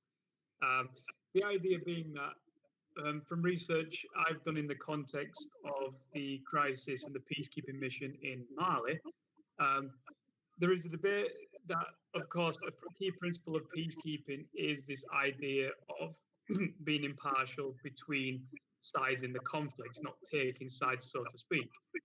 So that's what I meant in terms of the protection of civilians if it's part of peacekeeping mandates. Whereas, on the other hand, in the research on the R2P, I've found that theoretically, you are taking sides to an extent, because, for example, if a state requests international assistance against a particular threat, let's say a non-state armed group, then immediately the implementation of the R2P is theoretically being partial to a particular side. It's in favor of one side in order to protect against another. Of course, you are welcome to question and dispute this, because there is a debate there to be had. It's not a concrete, one is impartial, one is partial. Because, of course, protection of civilians itself involves protecting a certain group in terms of civilians. So that was the idea behind it. Mm-hmm. Yes, because I personally think that the main characteristic of the R2P is that it is really about the protection of the population. And it doesn't really matter who constitutes this population. So it's not really taking sides in this sense. So whoever suffers these atrocities should be protected. So I was just wondering, what approach you took in this assessment. So thank you for the clarification. Tom, would you want to comment on my observation? Yes, thank you very much for the question. And actually, the whole issue of impartiality obviously also plays a large role in POC. So just to come back on Blake's comments, and actually POC for UN missions is also often an issue because it leads to accusations of partiality by the actors that are intervening against, right? If you're using proactive force to neutralize threats against civilians that you identify as threats, then you're being seen as partial by one of the conflict actors potentially. But just that as a side note, to answer your question about Kamart, so there's actually this book about Kamart from a Dutch journalist, and Kamart, I think, is really one of these interesting characters in UN peacekeeping. He actually was involved in the UN mission in Bosnia, so he had some personal connections with Srebrenica, and then also later was involved in special operations to arrest fugitives of the International Criminal Tribunal for the former Yugoslavia. So he is really one of these people, I think, who has who is very much convinced of the need to use international force to proactively to protect civilians, but also to bring about justice and things like that. So I definitely think that those kinds of experiences play a very important role, and actually that there might be a systematic effect that can be measured of such kinds of experiences on the role that individuals play in UN peace operations, right? So these traumatic experiences or these very formative experiences of witnessing atrocities or things like that, that these might have a very important impact on how they then want to use peace operations to protect civilians. And that's exactly the kind of stuff that I'm interested in. So thank you for that note. Yeah. Yeah, I see Zeynep that wants to ask the question. So please go ahead.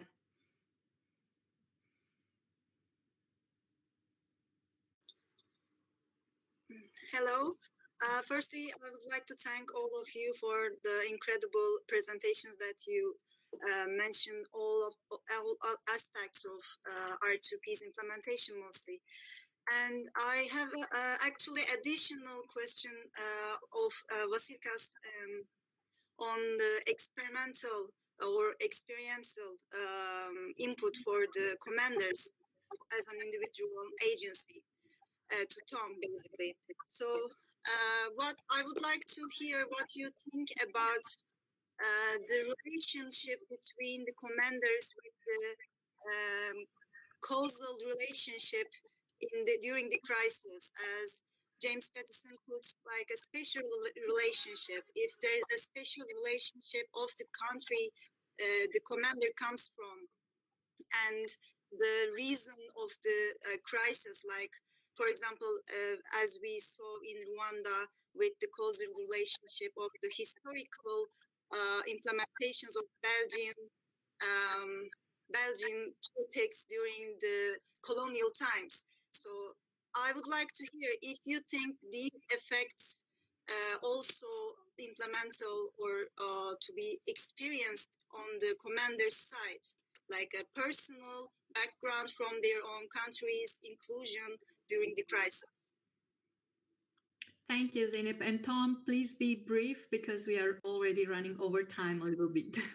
Right. So shortly then, I think, yes, that might have an influence.